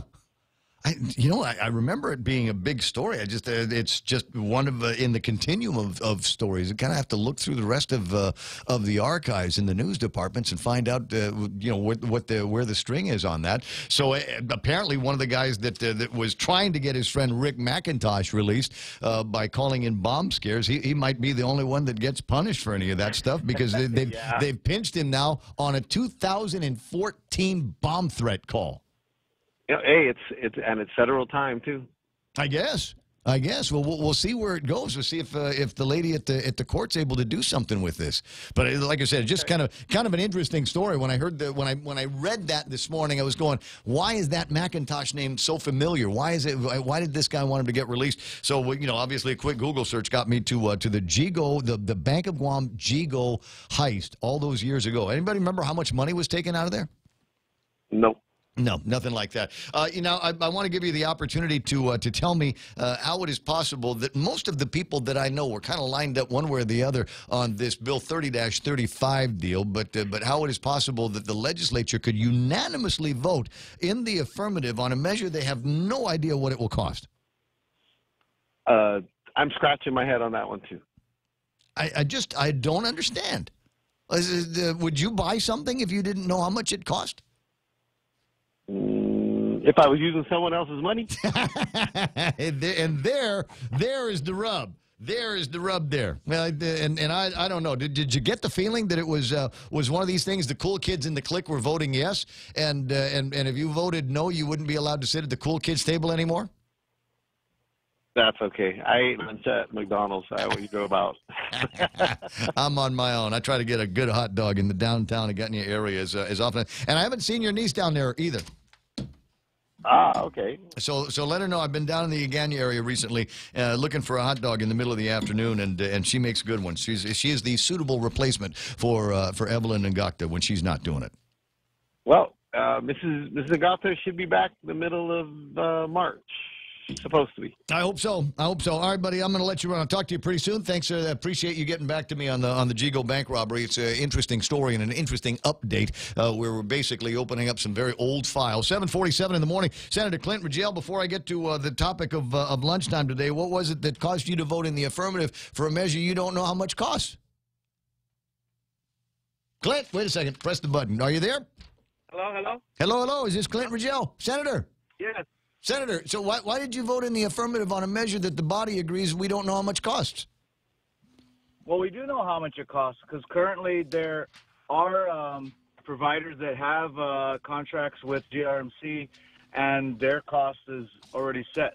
Right. So the assurance is that whatever it is that those providers are going to be paying, it'll be identical to what Take Care is going to be charged in the negotiations?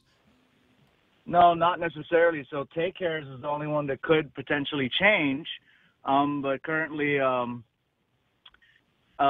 they don't have a contract with GRMC.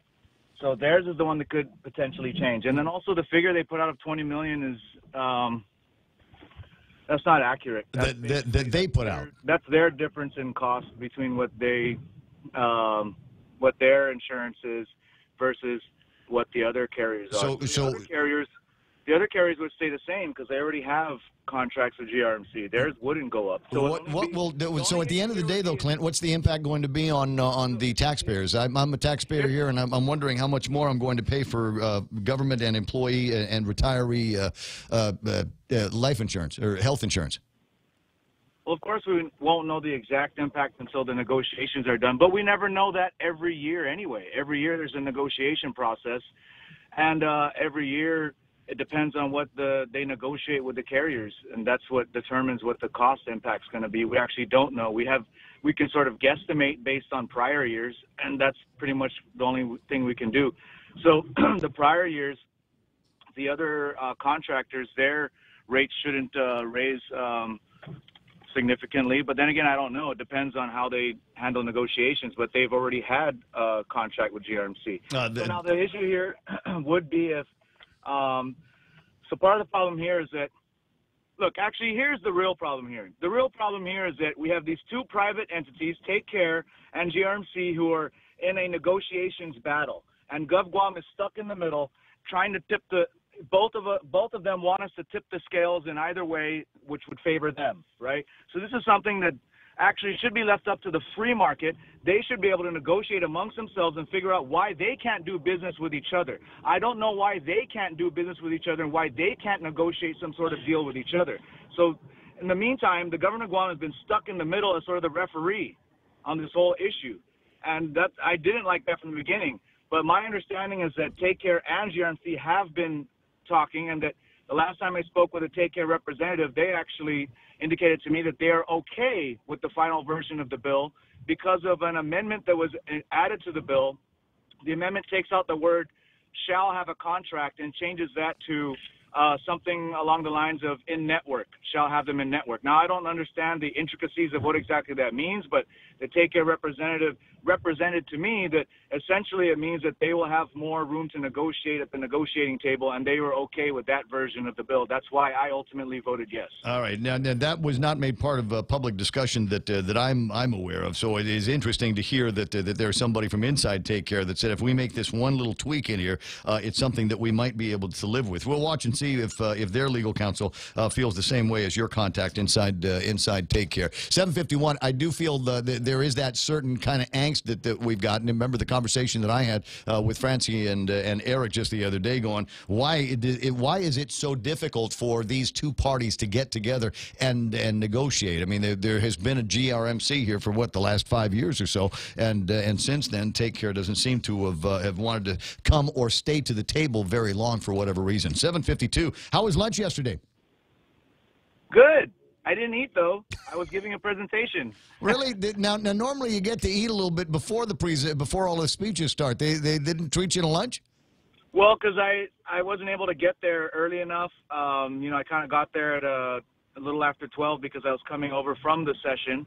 And then I had to set up my stuff. I was hooking up my laptop and everything else to do a little PowerPoint and video presentation, but unfortunately it didn't work. So I just had to basically I just had to wing it, but that's fine. It wouldn't necessarily be the first time. So they missed out on the full-blown Clint Rigel multimedia presentation on recreational marijuana. I guess I don't know how full blown it was. It was just it was just a simple thing, but I wasn't able to do it. So I just gave an oral presentation, which was fine. It turned out fine. All right. Now, what was your sense of the reaction from among the chamber group? Did you feel like you were making a connection? Did you look over at like the old guy table and see how they were looking? Were they glowering at you at all? Well, see, I'm saying old guy table and I can actually see the guys sitting at the old guy table with their arms crossed going, this guy's going to make everybody stoners. Sure, there were some crossed arms, and there were some times where the room was silent. And I expected, because I know that there's people there that are very concerned about the measure, and that's fine. Everyone's allowed to have their concerns, of course, and that's what I was there, was to hopefully allay as many of those concerns as possible. And they asked a lot of questions, so that's what I liked. We had a great conversation. They were able to ask questions and bring up their concerns, and I believe I addressed a lot of them. I think I addressed all of them, but I don't know to what degree they're satisfied with the answers. But so questions included things like one issue that was brought up has been the issue of tourism. So one member brought up the issue that he is concerned about, how it'll impact the tourist economy. And I believe it'll be good for tourism. I think it'll increase the number of tourists because we're opening up a new market of tourists that will come to Guam, tourists that will want to come to Guam for adult-use cannabis, particularly in Asia, because there are studies showing that there is a market for this in Asia. And so his concern was basically that he felt, a lot of the Asian countries are very sort of conservative on their viewpoints on cannabis and other illegal substances. But the truth is, I think the scales are beginning to tip the other way now. In fact, that there's evidence to that, because South Korea has just recently legalized medicinal cannabis in South Korea. Yeah. And so we're starting to see, and there's other countries that are considering the same, including Thailand And I believe Thailand has passed something that legalizes it for, yes, Thailand has passed medicinal marijuana as well. And then Malaysia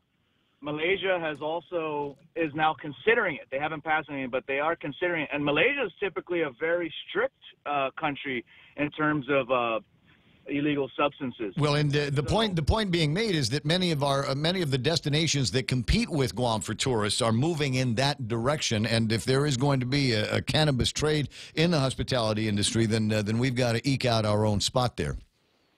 Yeah, exactly. And I think we got to be first to market. We got to beat these guys before they do it. And then that way we can build our market before they get into the game, because they're a lot bigger than we are. Mm-hmm. So we've got to be first to market now and get to it now and start attracting tourists here, and then developing the brand further. Now there was another question about, I know that's been brought up by the Guam Visitors Bureau in the past, about potentially having negative effects on how they market Guam as a friendly family destination, and I disagree. I don't think there's anything about cannabis culture that is less family-friendly than, say, the G-Spot strip joint that is down there in Tumon. I don't think there's anything less family-friendly about the cannabis culture than any one of the number of strip clubs and massage parlors. Well, here's an idea though, and I, the businesses are businesses, and there's customers that will go in there, and I don't want to get into a moral shakedown on this. However, I will say that one of the things that we ought to do in order to assuage some of those concerns about the impact that it may or may not have on tourism is, let's take some of those dollars that we get from the taxes that are going to be coming in as a result, and throw them at ways that we can keep the Angel Santos Memorial Park clean, or the Paseo de Oro, or fix the bathrooms that our tourists currently can't go into because they're locked, and if they're not locked, they look like the bears go and pee and poo in there. So let's take some of those dollars and use those to beef up our hospitality experience.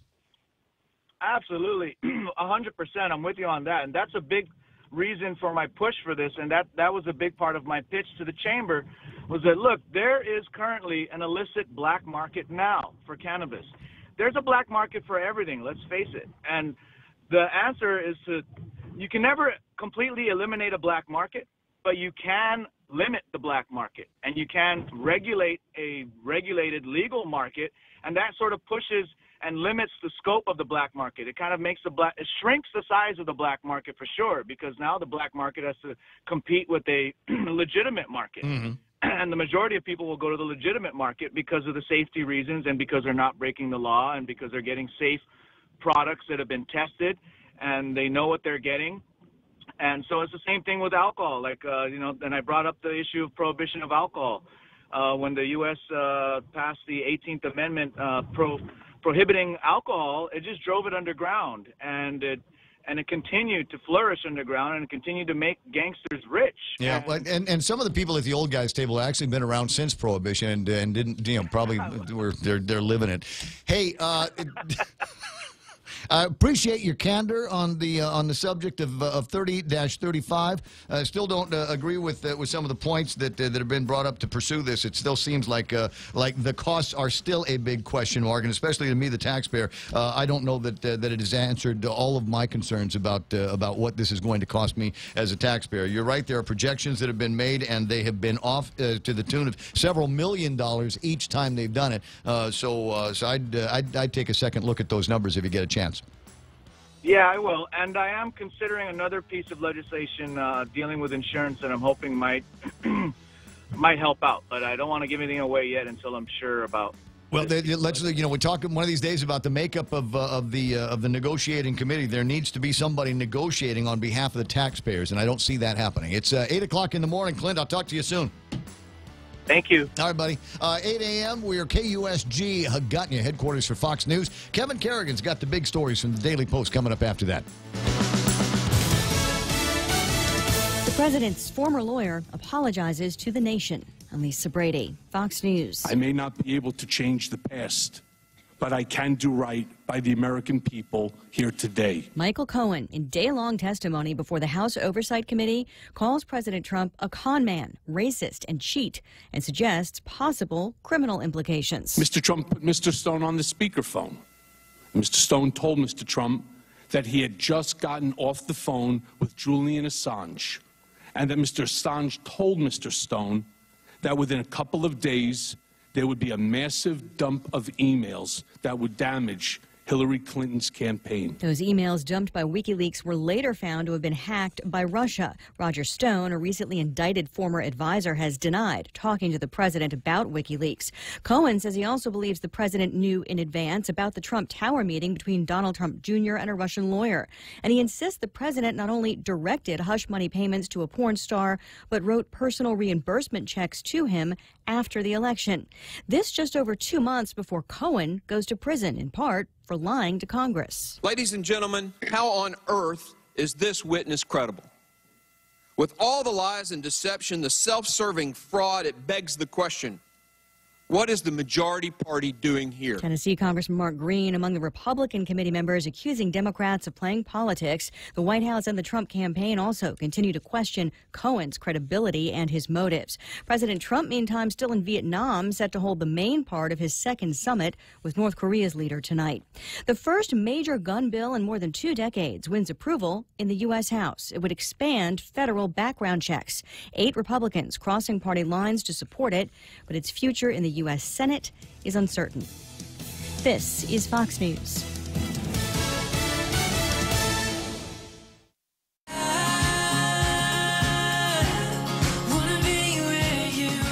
Make the good things last longer. Get 3 more days for free on our 3-day prepaid rate plan. That's 6 days of unlimited local calls, SMS, and 1 gig of 4G LTE data per day for just $7.95.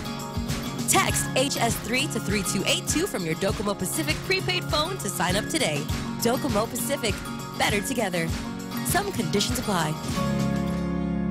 Attention homeowners, MRE solar energy systems now come with battery storage for 0 money down. This means that your home will have power even when the island power isn't available, like during power outages or during and after storms. The inconvenience of not having power for your home is a thing of the past. It's solar with battery storage exclusively by Micronesia Renewable Energy. Don't be left in the dark. Call 632-2613 for a free consultation. MRE, the smarter choice. Thousands of people ordered to evacuate in Northern California, where a winter storm has caused severe flooding. Officials say the town of Guerneville is an island surrounded by floodwaters. The Russia River was rising fast Wednesday. More than 4,000 people had been told to evacuate. They always wait till the water gets around their house and they call and say we can't get out. They're not hurt. They just waited too long to get out. That's Monte Rio Fire Chief Steve Baxman.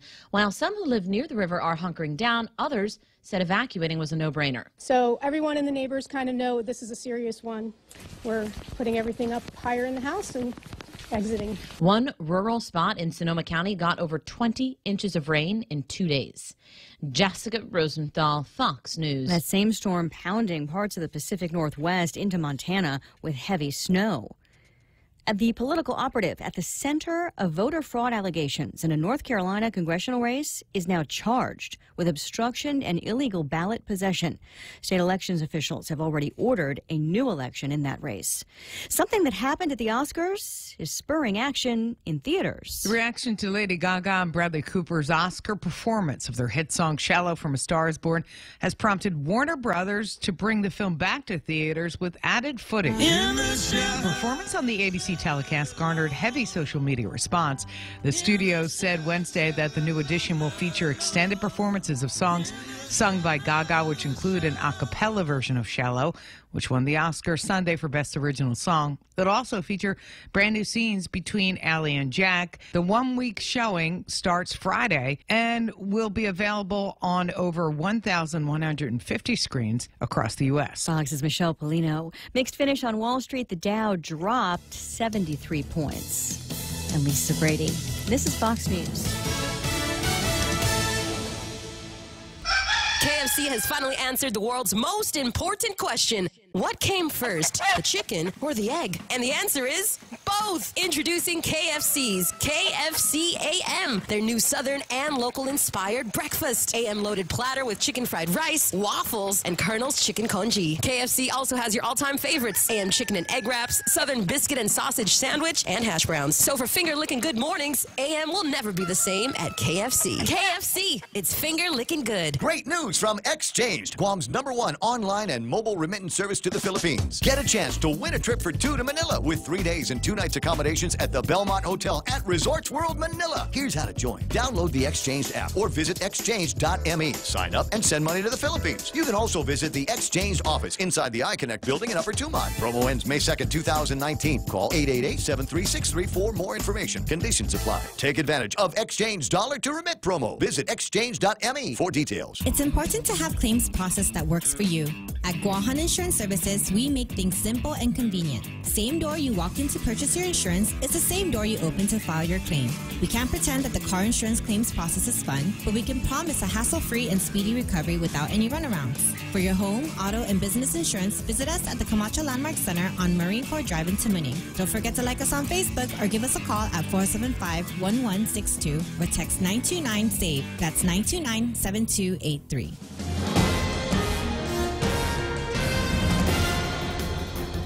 Half a day and good morning, Guam. News time here at The Point is 7 minutes past 8 a.m. this Thursday morning. I'm Kevin Kerrigan. Here's a look now at some of the top stories from the Guam Daily Post.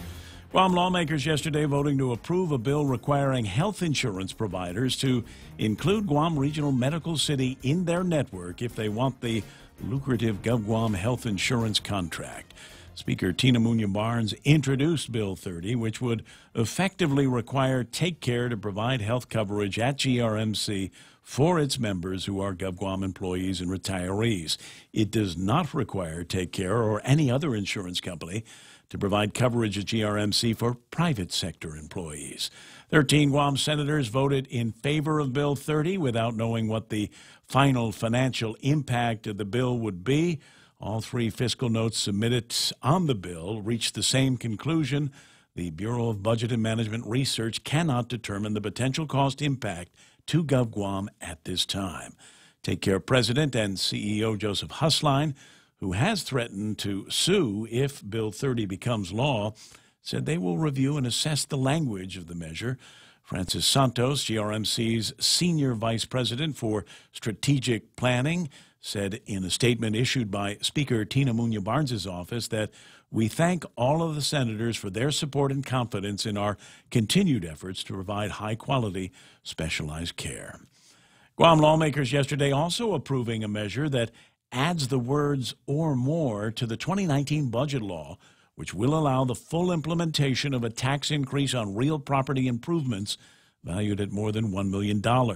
The so-called "or more" bill passed by a vote of 10-4. The absence of those 2 words, "or more," prevented implementation of the tax and threatened a $9.1 million shortfall in the Territorial Education Facilities Fund. Appropriations Committee Chair Senator Joe San Augustine introduced the bill, warning that the heaviest cuts would fall on education if the bill did not pass. He opened the debate on it yesterday by citing a January 2nd memo issued by then-acting BBMR Director Lester Carlson, which instructed the 7 GovGuam agencies that got funding from the TEF Fund to cut their budgets to make up for the expected shortfall. Guam Department of Education was facing the heaviest blow, a cut of $4.7 million. Yesterday, Minority Leader Senator Will Castro rose in opposition to the bill and questioned the need for implementing the tax increase when the new administration's own transition team is reporting a cash surplus. Voting for implementation of the property tax increase yesterday were Democrats Tina Muñoz Barnes and Senators Talina Nelson, Kelly Marsh Titano, Sabina Perez, Clint Rogel, Joe San Augustine, Amanda Shelton, and Jose Terlahi. They were joined by Republican Senators Mary Torres and Tello Taitigui, who also voted yes on Bill 4. Governor Lou Leon Guerrero has already said she supports passage of the measure, and she is expected to sign Bill 4 into law. We'll have more news after this. At Chili's, our burgers stack up with anyone's. Handcrafted to order, smashed to lock in flavor on a toasted brioche bun. Our burgers are all kinds of perfect. Choose from the Chili's Chili, the Mushroom Swiss, the Ultimate Bacon, or you know what? We dare you to take on the Boss Burger. Loaded with smoked brisket, rib meat, jalapeno cheddar sausage, and bacon. We may have really out-burgered ourselves. Our burgers are more than a handful, served with garlic, dill pickles, and fries. So hurry in today and enjoy our juicy, melty, yummy, handcrafted creations. Perfection between two buns. Chili's. More life happens here. Experience the Take Care difference. Take Care members can count on accessing a high-quality, credentialed network of on-island providers, including the convenient one-stop FHP Health Center and Urgent Care, access to an extensive off-island network of providers, and the island's largest offering of free fitness classes and health education programs. You can count on Take Care to deliver comprehensive, accredited insurance coverage and quality health care when and where you need it. Take Care. Our island, your health plan. Learn more at takecareasia.com. 11 minutes past 8 a.m. here at The Point. District Court Magistrate Judge Joaquin Manabusan has recommended the denial of a request to dismiss some of the criminal charges against officials of Guam-based Hanson Helicopters. John Walker, Marvin Reed, Kenneth Crow, and Philip Kapp of Hanson Helicopters were all charged in May of last year with wire fraud, money laundering, and destruction or falsification of records. Defense attorneys asked Judge Manabusan to dismiss two of the charges, accusing the four men of defrauding the National Transportation Safety Board and the Federal Aviation Administration. But after reviewing the indictment, Manabusan concluded that there was sufficient allegations that the defendants employed deceitful and dishonest means to obstruct the functions of the FAA and the NTSB. Manabusan recommended that Chief Judge Francis Tedinko Gatewood deny the motion to dismiss. The defendants have 14 days to file their objections to the report and recommendation. Democratic Party of Guam yesterday calling out Senator Will Castro of the Republican Party for leading the Republican Party's Tuesday news conference to declare the GOP's opposition to tax increases. According to the Democratic Party's statement, Senator Castro is not against taxing you. He's just against taxing the few people who own million-dollar properties. We won't forget that Senator Castro voted to increase the business privilege tax, voted to increase the tax for gas, and voted to create a sales tax. Now he says taxes are bad. That, according to the Democratic Party statement. Republican Party countered with a statement of its own yesterday, which says the truth of the matter is that Democratic senators voted no when it came to fully funding health care for working families at GMH when the hospital sorely needed that funding. The GOP statement goes on to cite yesterday's vote in the legislature, saying after campaigning on no new taxes, 10 senators voted to raise taxes on the people of Guam by approving the Or More bill, which now allows the full implementation of a property tax increase. For these stories and more, log on to postguam.com or pick up a copy of today's Guam Daily Post. I'm confused about something. In the Republican statement, they say the 10 senators raise taxes on the people of Guam. If the governor keeps to her commitment, the bill will be vetoed. That's part of the Republican statement. But my recollection is when the Daily Post asked Lulian Guerrero about that. She supports the She bill. said, "Yeah, I'll sign it." It's she wants to help correct the last administration's mistake. Right. And now that the body has acted, I don't think there's going to be a veto there at all. And frankly, with 10 people voting in favor of it, it sounds veto-proof to me. It would take rather an interesting trick. And I don't know this early in the process whether that's a fight that Lulian Guerrero wants to get into with this new legislative body. 8:13 in the morning, and time to take a look at what's going on with weather. I've refreshed all of the different maps so that we can see what's going on in the near term. The forecast for the day calls for partly cloudy skies and isolated light showers. East winds up to 20 miles an hour, becoming light this evening. Highs near 88 degrees. Overnight lows should be clocking about 76 degrees on your thermometer. If there's a breeze, it'll be a little bit cooler. Sunset tonight at 6:29. Sunrise tomorrow morning at 6:38. Now with a view of what's going on the radar image, here's Michael Knight. Looking at radar, we can quite literally see the boundary between the really, really moist air to the west associated with the tropical storm Wu-Tip. It's dwindling down out there. We'll see that in a moment.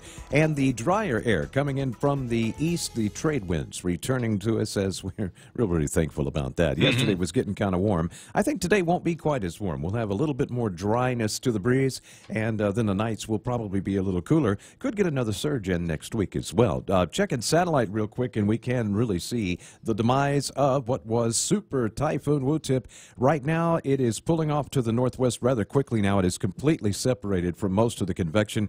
All you have is this weird kind of low-level circulation center. There are winds around that, but not much rain. So anybody caught in that's just dealing with a little windstorm. It's going to peter out over the next 24 to 48 hours and just completely disappear. Trade winds coming in from the east. You can see some dry air. That's that pinkish color to the satellite picture there. That's all coming in as well. Looking like it's going to be a real nice weekend ahead. All right, gotcha. And does anybody have any other thoughts on how we're going to caption this picture here of Governor Lulian Guerrero, and she's Mike's side with Nancy Pelosi? Anybody got anything that you wanted to add to this? You're welcome to. Just go ahead and put it on the Facebook Live. Download the picture if you want to. I think it's going to be available at Governor Lulian Guerrero's website on Facebook. Download that and keep it for posterity, because I think it will make some interesting bat something crazy comments. It's 8:16. That's news and weather together here on The Point. On March 9th, join Bank of Guam for the EFIT Run and Block Party to benefit Guam Cancer Care and American Cancer Society. Our Sunset 2K and 5K run will start at Chamorro Village with showtime at 4 and go time at 5. And don't forget about our block party starting at 4 o'clock, complete with food trucks, a kids zone, live entertainment, and a beer garden, so don't forget your ID. This is a bring your own water bottle event. The EFIT Run and Block Party, Saturday, March 9th. Bank of Guam, member FDIC. And as I say, it is make sure that you bring your ID and cash with you if you want to experience some of the other activities that are going to be taking place. If not your ID, then make sure that you got your EFIT card from the bank so that you can use the mobile ATM as they bring that thing out. 8:16 in the morning. Portions of the Ray Gibson Show brought to you by my friends over at. Am I doing all of it? Just King's right now. Okay, King's, where I've been making a big deal about their spam sandwich. Because it's on the lunch menu, but really it could be on the breakfast menu as well. But another favorite here, Chicken Ranch BLT. Now, I like a BLT sandwich. I'm crazy. And usually I'll get a BLT when I don't want something big. But in this case, if you want a BLT and you want it big, check this out. Panko-crusted chicken breast, fried to perfection with bacon, lettuce, and tomato. Then they top that with ranch dressing. You can have that on Hawaiian sweet bread. So, yes. So we're now talking about something that would normally be just a couple of slivers of bread and some the BLT stuff on the inside. Now it's major. Now it's a handful, and now it's waiting for you at lunch at King's. Laddystone Entertainment and the stations of Choice Broadcasting present a roaring 20s party. Great Gatsby style. Get dressed up and party with the Miss and Mrs. Kirby Guam contestants. Saturday, March 2nd at Roots Bar and Grill. Tickets are $10 or $15 at the door with one free drink. Special thanks to Pitbull Empire, Local Promos, One Punch Media, The Hive, and Island Lux. Portions of the Ray Gibson Show also brought to you by my pals over at Security Title. You need confidentiality in your real estate transactions. Ron and Kim and everyone, the building is a virtual cone of silence. Everything gets in, nothing gets out. Portions of the program also brought to you by GRMC, Guam Regional Medical City, the first choice for your specialty care needs. American President Line, shipping the future. Micronesia Renewable Energy, the first choice for all of your solar needs in 2019, and as well as Take Care. And they've sponsored, now thank you very much, the month is about over. This is the last of the Februaries, and all through February, they've been supporting our anniversary broadcast. I do appreciate it. Thank you, Take Care. Rediscover Talk Radio here. Your FM News Talk Superstation. This is The Point.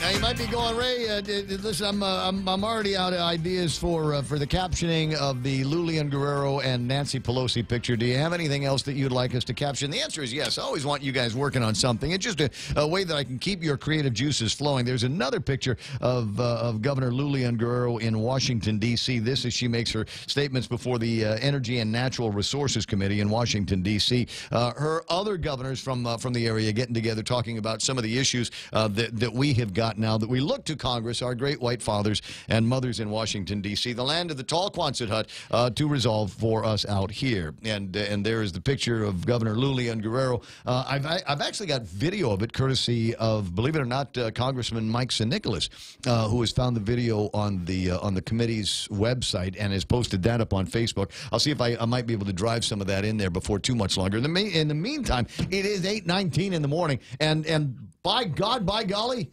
we have sports with Blake.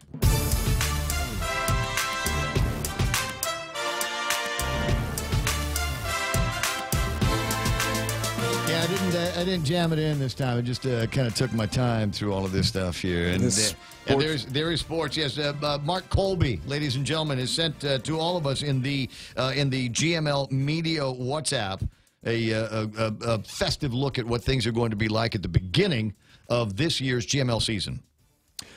Yes, it came down yesterday as the commissioner, although it's very ominous. Who is the commissioner of the GML? We should actually ask what his name is. So we kind of got a name to go with the title, but the commissioner. Gordon. It's Gordon. It's always, I want it to be Commissioner Gordon. It's always like the commissioner. It's always the commissioner. Either way, so the commissioner, the very ominous commissioner, moved the opening ceremonies to Friday of March, which I believe today's the 29th, right? So tomorrow's That's March. not the 29th. It's the 28th. There's no 29th this Oh, month. that's right. That's right. That would be a leap year then, right? Yes. So today's the last day. Tomorrow is the 1st, so next month, by a day, March 15th, the Rays, the Orioles, the Don't Red Hawks, 76 Expos, Junior Nationals, the Talafofo Rangers in the yellow and green, and the Blue Jays, which are a new team combined of the Rooks and the Giants from last year. So got a new name there, but it's just two different teams, so no strangers, definitely, as the players have just kind of found new homes. The schedule only for the first week is what we have. It's going to start, again, opening ceremony out at the Paseo Stadium Friday, March 15th that evening. Rays will take on the Orioles to kick things off. Yep. And then rounding out the weekend, Sunday, March 17th, the Don't Red Hawks taking on the 76 Expos, and then play will continue as the Junior Nationals will face off in their first game against the Blue Jays.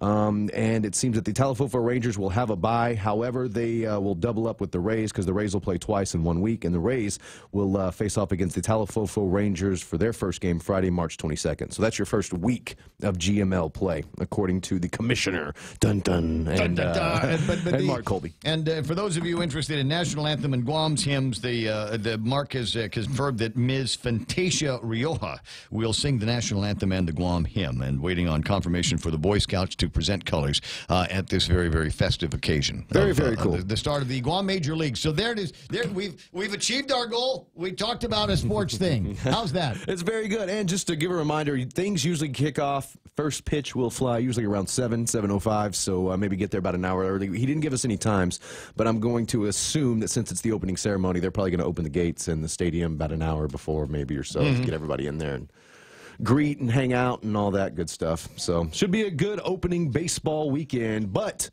still got to wait about 2 weeks. So there you go. Now, it's a little bit early for the conversation, but what are the odds, do you suppose, my friend Michael Knight, is there going to be rain that day? Will we have rain? I can say there's a 100% chance that I have no idea. All right, very good. I just want to make sure because it's baseball, it's springtime, and there is the possibility. And that's on the other side of Lent. Should we be there drinking beer and eating hot dogs? I should, because I don't do Lent. Okay. All right, very, very good. And so there's other sports that we need to talk about here this morning. Yes, we have. You know, the internet, I was going to say coming into this report, the internet is, it's gone down every time, 2 days in a row. The second I sit down, it is down.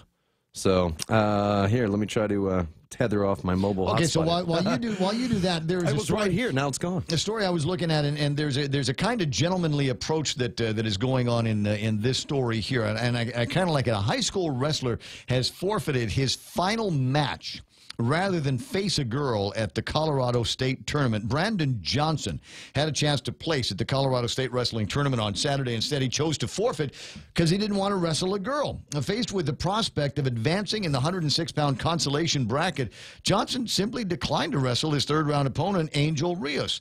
Why? He didn't want to treat a young lady like that on the mat. Said, I'm not really comfortable with a couple of things with wrestling a girl. The physical contact, there's a lot of that in wrestling, and I guess the physical aggression, too. I don't want to treat a young lady like that on the mat on the mat or off the mat, and not to disrespect the heart of the effort that she's put in. That's not what I want to do either. So he forfeited the deal. Why were they wrestling? Why would they wrestle against each other? You know, that part I don't know. I don't know. Maybe there's something about that particular tournament where, you know, it was kind of co-ed and everybody advances, and whoever is in that bracket is in that bracket regardless of their gender. Yeah. But I still thought that was actually pretty cool. Yeah. Was the guy saying, yeah, I don't want to be in a position where I'm physical with a woman. What if he did though? What if he just said, nah, yeah, he just came out there and beat her down and then pinned her and I don't think I could. And won the championship. I don't know if I could do it. Plus, you know, then there's the other conspiracy theory that I have in my head is he was worried that she was going to and that's what I'm saying. Didn't want to have to go back to high school going, man, I got my butt kicked by a girl. So, yeah, I do wonder, that is very interesting, why that they would have to be facing off against each other. Because we just did the story yesterday about how where somewhere, Indiana or Illinois somewhere, where the guys who won the track meet, the girls' heat, yes, they were actually guys. They were actually guys, identified as girls, because in that part of the world, apparently everything is upside down. You know, because I will say this, and the reason I ask is because there's a whole different angle in this world that we live in today, Trump sports. You know, it's very, like, I wonder if she wanted to compete with the guys and he declined, if that would cause an uproar against, you know what I mean, kind of work counterbalance in this crazy social. You know, seriously, you know, I don't. You know, if you want to find the hate, go to Twitter. Yeah. If you want to find it, it will be on Twitter. Might not necessarily be on Facebook or Instagram comments. Yeah, but the haters are going to come out and say what it is that they're going to say, and it might have everything to do with political correctness and Trump politics, which shouldn't be rearing its head in sports. But you know, I think we're all getting used to that now. I mean, yeah, with the kneeling, you know, and all. And I all will that say stuff. this. He has a right to compete against whomever he chooses, and he suffered the penalty by not competing in that he forfeited the match. Yeah. That means he loses. And I myself could totally support his reasoning behind not wanting to do it. Yeah. He don't want to beat up a girl. And doesn't want to get beat by a girl. We need more boys thinking like that. Hello.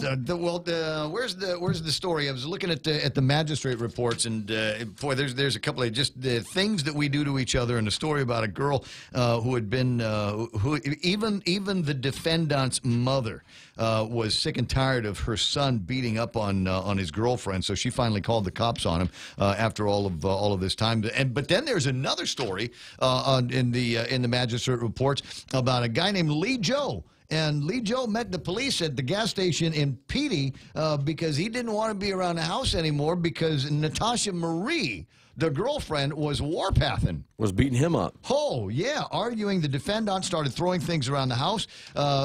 Lee Joe explained that the defendant punched him and struck him with a wire hanger several times.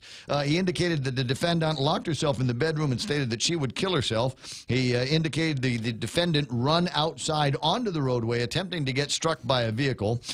He then stated that when he brought the defendant back to the residence, she grabbed a kitchen knife and rushed at him, causing him to fall onto the couch. Also stated the defendant then grabbed his phone, smashed it against the floor, breaking it, and he thought the defendant was eventually going to stab him with a knife, so I'm getting the hell out of here. Yeah. And where's the gas station? I'll meet you at the gas station because I'm not staying around the house. That's some of those Willie Nelson stories, right, where he was kind of wrapped in the bed sheet and beaten with soap bars. Yeah, that's it. Man, that usually happens in prison. Yeah, I'm not closing my eyes. So unfortunately, and I'm looking at the magistrate report, Natasha Marie, and I'm leaving out the last name. You know, it's everybody's innocent until proven guilty or whatever. But I'm leaving that out in the magistrate report. You can see it in the newspaper; they'll publish it. But you know, my first instinct is to go to Facebook. Straight to magistrates. I want to go. I want to look at Facebook and just see if you can if she's got a profile and you can see the crazy in the profile. Always, you can always do that all the time. You always find crazy. Oh, it's always in what they post too. You know, if they post too many inspirational quotes, trying to pep themselves up, odds are they got some there's some something going on upstairs. upstairs. So if you're running around someplace and you meet up with this girl who's really nice to you, her name is Natasha Marie, V. I'll give you that. If her last name starts with V, that means it stands short for very crazy. Yeah.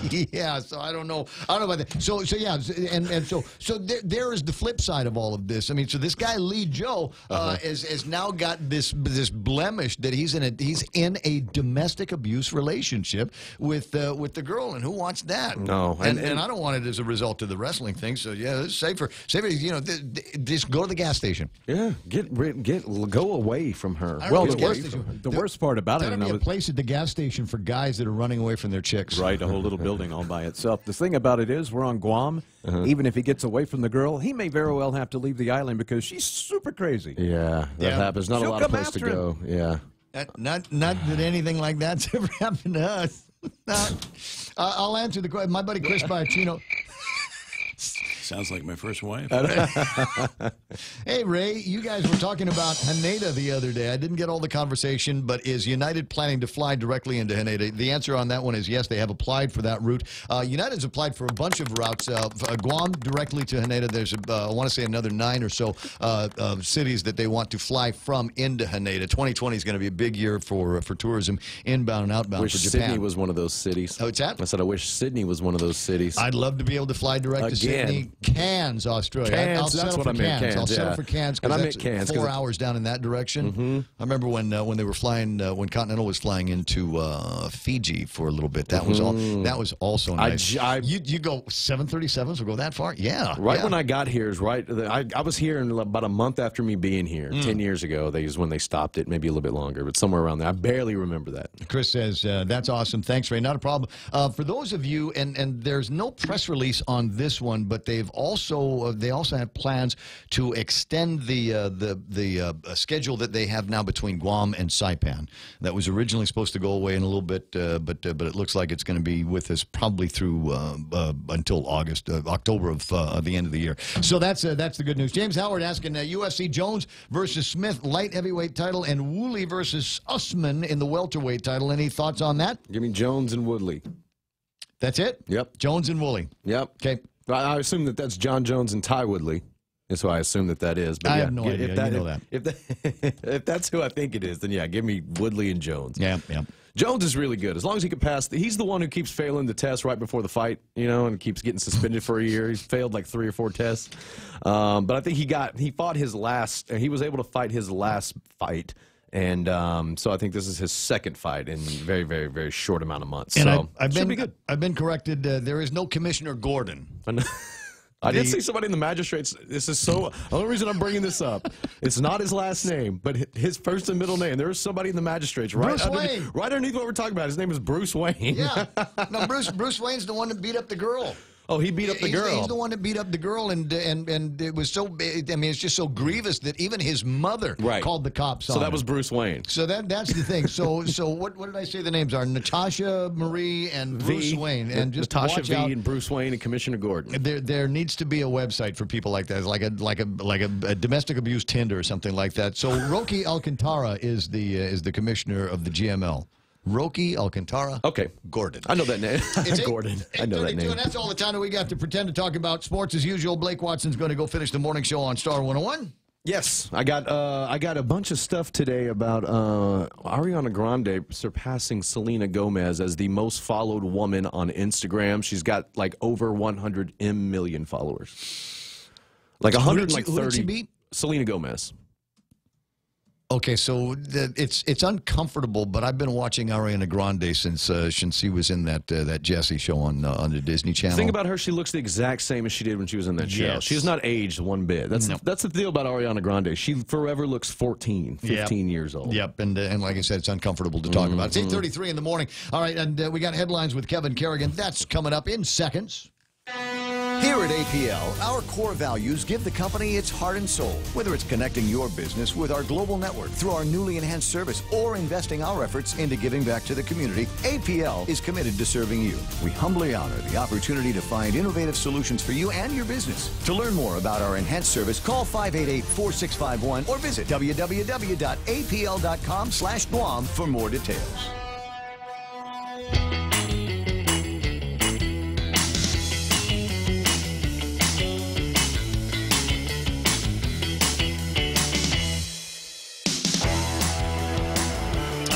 from my WhatsApp here, I've been showing the picture of Governor Lulian Guerrero seated opposite bird brain Nancy Pelosi, and asking for some to caption it. Unfortunately, some of the commentary that I am getting on my private WhatsApp would not lend itself to broadcast quality, family friendly captioning of the image. Pelosi didn't do blank for Guam, and she was MZB's bestie. Not gonna, cannot do anything now. Wasted time. If you want to go and make points in Washington D.C., go find Trump, kiss his ring, and do that instead of playing around with useless Democrats over in the House. 8:34 in the morning. Interesting conversation. And if I get a chance, I'll see if I can play some of the video of Governor Lulian Guerrero making her actual testimony in Washington D.C. What did she talk about? Well, you know, all of the above. Maybe a little bit of kitchen sink. We'll see what we come up here. 8:35 headlines now from the Guam Daily Post and Kevin Kerrigan.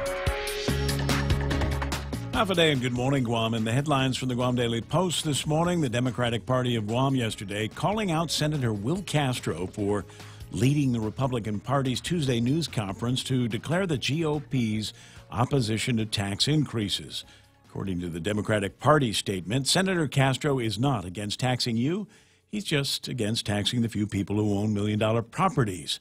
We won't forget that Senator Castro voted to increase the business privilege tax, voted to increase the tax for gas, and voted to create a sales tax. Now he says taxes are bad. That, according to the Democratic Party statement. The Republican Party countered with its own release, which says the truth of the matter is that Democratic senators voted no when it came to fully funding health care for working families at Guam Memorial Hospital when the hospital sorely needed the funding. The GOP statement goes on to cite yesterday's vote in the legislature, saying after campaigning on no new taxes, 10 senators voted to raise taxes on the people of Guam by approving the Or More bill, which allows full implementation of a property tax increase. District Court Magistrate Judge Joaquin Manabusan has recommended the denial of a request to dismiss some of the criminal charges against officials of Guam-based Hanson Helicopters. John Walker, Marvin Reed, Kenneth Crow, and Philip Kapp of Hanson Helicopters were all charged in May of last year with wire fraud, money laundering, and destruction or falsification of records.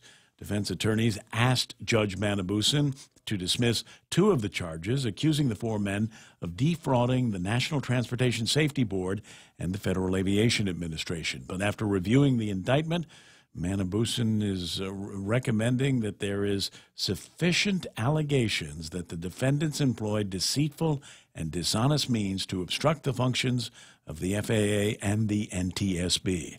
Manabusan recommending that Chief Judge Francis Tadinko Gatewood deny the motion to dismiss. The defendants have 14 days to reply. A man accused of making a bomb threat back in 2014 was indicted by a federal grand jury yesterday. Jesse Joseph Margison, charged with maliciously conveying false information by telephone and making a false statement. According to the indictment, Margison used a cell phone to call 911 and falsely report a bomb threat at the Estumbo Dollar Housing Park in Dededo. According to the transcript of the call that's in the indictment, Margison said, in part, 1 hour, 3 bombs. Release Ricky McIntosh Jr. and Jathan Tatauta or people will die. 1 hour, 1 bomb, Dollar Housing Park. That according to the bomb threat called into 911. For these stories and more, log on to postguam.com or pick up a copy of today's Guam Daily Post. Right on, Kevin Kerrigan. It's 8:38 in the morning, and that's iConnect time. 2019, brand new year, brand new requirements for a happy telecom lifestyle. That is, being able to communicate without spending a whole lot of money. They got great plans for you at iConnect. Push to talk, mobile, even internet. 888-8888. Security Title is honored to join in sponsoring Ray Gibson on The Point. My name is Alicia Blas from Agate, and this is where I start my day, listening to the voices of our community and sharing thoughts about issues that affect all of us. It all boils down to our people and our land. Putehi Igomamu. Protect your home. When purchasing or refinancing your home, remember to call the professionals at Security Title, just like you call Ray Gibson in the morning. I'm supposed to tell you about some great hamburgers they've got on the Made to Crave menu at Wendy's. There is a great place, and they got them all over the island now. You go to a Wendy's and you hit the drive-thru, and once you're in the drive-thru, they'll say, "What would you like to eat?" And here's the deal: the Made to Crave menu with 3 incredible burgers on them. One I'm already raved about. It's the Sawsome Bacon Burger that is got the Sawsome sauce on it, and it comes with onions. I usually tell them to take out the onions, give me more pickles, and a little bit more Sawsome sauce, and they'll do that for me. But they've also got a way that you can enjoy a barbecue burger at Wendy's and something new, peppercorn mushroom. With obviously it's got mushrooms in it, but something about the way they spice everything up and they season everything up, so it's got a little peppercorn flavor on it. Find it on the Made to Crave menu at Wendy's. Valley Finance has been serving the people of Guam since 1959, and they'll continue to be there for you in the years to come. Whether you're looking to get a personal loan for that summer vacation or paying off those long overdue bills, Valley Finance has got you covered. Apply for a personal loan from $1,000 up to $3,600 by calling Family Finance in Agutya at 475-4545, Upper Tumon at 647-5626, or in Dededo 633-4473. Family Finance, serving the people of Guam since 1959. There is no ugly traffic going on right now. I'm staring at the traffic gizmo, looking for something to report and just not seeing anything. You'll find the usual slowdowns, the usual lines of traffic in the usual intersections. And if you can get past, usually in my mind, you get past St. John's at this time of day, and then you're in the clear for pretty much everywhere else that you need to go. So think about that. There were some traffic issues yesterday at a number of intersections, largely because we had the big boot drive that the guys in the Guam Fire Department were conducting yesterday afternoon. I made my contribution in there and was a little bit amused in that as at the ITC building intersection, all of the spots were covered by fire guys with their boots out there, and there were 1 or 2 of the kind of regular panhandlers that we've got running around going, "Hey, save me some. Save me some. I'm looking to get a job. Go get a job here." 8:41 in the morning, and that's what things look like in right now traffic here on The Point. Hi, welcome to this Subway ad for our all-new Ultimate Cheesy Garlic Bread. How would you like it? I'll take a skeptical grandma. Set in her ways? A smidge. Grandma, try this Ultimate Meatball Marinara made with Ultimate Cheesy Garlic Bread. Melted mozzarella, Parmesan, garlic butter spread. It's just like yours. Like mine? My grandmother's recipe? Try it. You know, my grandmother's cheesy garlic bread was never all that. Subway, make it what you want. Limited time only at participating restaurants.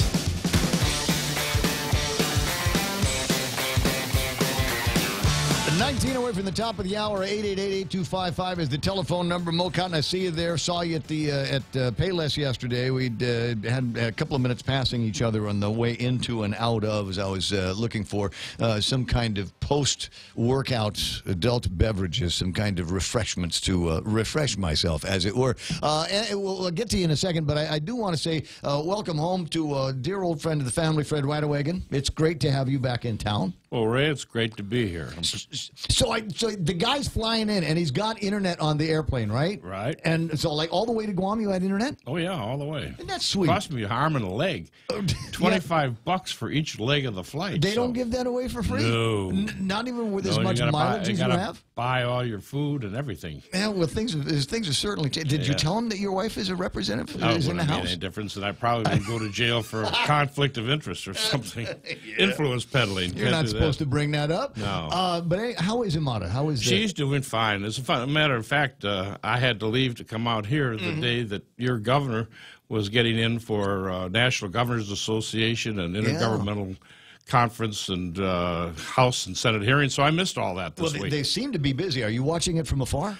Haven't had a chance, really. We're so busy with what we're doing out here, there hasn't been any chance to keep in touch. How much can we talk about what you're doing here? Actually, part of have we been cleared by the authorities? Well, I don't know, but I think I can talk about it without getting into trouble. I'm part of a 3-person site visiting team for NASPA, which originally stood for National Association of School Public Administration Programs in Public Administration and Affairs, something like that. They have since. That's all the time we have for today. Now that we've got the title out. But anyway, the program for public administration up there is seeking national accreditation, and this NASPA is the accrediting agency, and they send out a site visitation team to look over the program from top to bottom in the course of 3 days while we're here. And the team includes 2 professors and 1 practitioner who knows something about how public administration actually operates in the real world. Yeah. So once we're out of the academics. Exactly. So I kind of temper what their book learning is with what the reality is. So that's my role. So you're here to help with the are you a part of the review now? Yes, I'm part of the review team. How does it look? I mean, I know some of the people that you've been running around with. Well, I mean, I'll tell you this. Yesterday we had separate sessions with a group of faculty, a group of alumni, and a group of students. And that was the opportunity. By segregating them out, we didn't allow the program director, John Rivera, to be in there at all. And that was the chance from all their different aspects to have complaints, and nobody had a complaint. Less formal discussions and less concerns that there might be some ramifications afterwards with the coordinator. But everybody had praise for John with the job he's doing. Well, that's great. So now, is the program already accredited? No, so it's we're not, seeking but they accreditation. belong to the association. It's an association of 300 schools. And some are accredited and some are seeking accreditation. And they want to be able to lift this program to the next level. You know, interestingly enough, John didn't quite put it this way, but I just said, why do you want to be accredited? What does it give you? He said, well, it gives us some cachet. It moves us to a new level, gets us nearer to the mainland. And I said, you know, you don't want to try to chase Harvard here. What you want to do is to accentuate what you've got, and that is the central location, not physically, but in a cultural sense and in a sophistication sense for this whole region. Yes. Public administration, most of these islands out here still rely heavily on government, and public administration is a degree that could be very well used for people coming up in government. So outreach, I think, to the various islands will benefit the program, and also might make some federal money available to help run it, because Interior Department still has responsibilities for the Micronesian governments. I heard. I heard. How are they doing with that task? You know, as somebody, we were together the other night, and I'd introduce you to a friend, and after you'd taken off, she's like, "Well, what's he all about?" And I said, "Well, you know, Fred's one of these guys. You know, he's got this wide view of life for the territories, with the elephant in the room that is the federal government of the United States. I mean, you see things from a number of perches, American Samoa, obviously, and Guam. You've been watching and see how federal policy affects us." Well, that's right. And, you know, interestingly enough, I'm just 2 months shy of the 50th anniversary of first setting foot on this island. And that gives me this moment to say that 2 of the people I met earliest in my very first trip, a guy by the name of Bill Gibson. I knew him. And a guy by the name of John Anderson. Now, John wasn't down here. He was in Saipan, but Saipan was also where we were working, and he was running the Micronesian News Service. So I'm really sorry that I just missed John's passing. I'd like to have seen him one more time. And as far as your father, last time I saw him was at a funeral for another old Guam hand. It'd be Bill Barbie. So they were buds. Yeah, they were. They pounded a lot of ground together. Both John and Bill were so highly respected and well integrated in this community. It's a real loss. You know, big shoes to fill in both counts. Yeah, so work very hard to maintain that certain level of intelligence and accountability into the program. But anyway, if you want to know what I do, 50 years ago when I came out as part of a team that the White House put together to examine what gaps there were in budgetary funding in Micronesia in preparation for opening status negotiations. And these were a group of eminent scholars. The leader of the group was a man named Paul Cook, who was a professor of economics at MIT, and it was that caliber of person. I was the young guy. Basically, I was the bag carrier. Now, 50 years later, with these 2 professors, I'm the bag carrier. You're still the bag carrier. Still the bag carrier.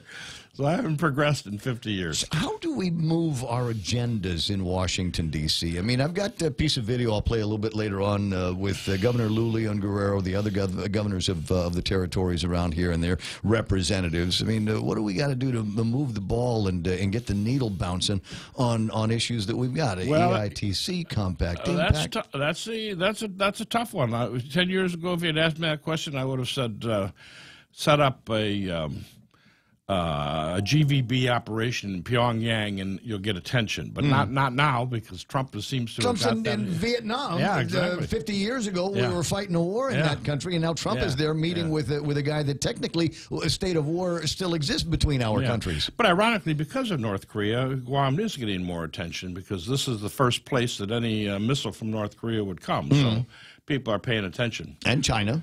And China, of course. And China's the big elephant in the room. The guys in Russia, and I don't know how much of it is bluster, are talking about hypersonic missiles that could take out Washington, D.C. in 5 minutes. Absolutely. How much of that is fact? How much of that is fiction? But it does underscore our role here in the Pacific, tip of the spear. Right. But yesterday at one of our meetings, one of the people talking about the problems locally is trying to get Washington attention.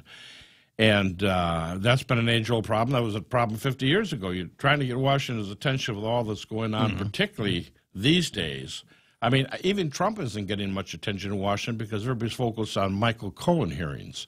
Oh, for heaven's sakes. Yeah, but the thing is this, that you may not be on Washington's radar screen, but for the man in the street out here, Washington isn't on your radar screen either.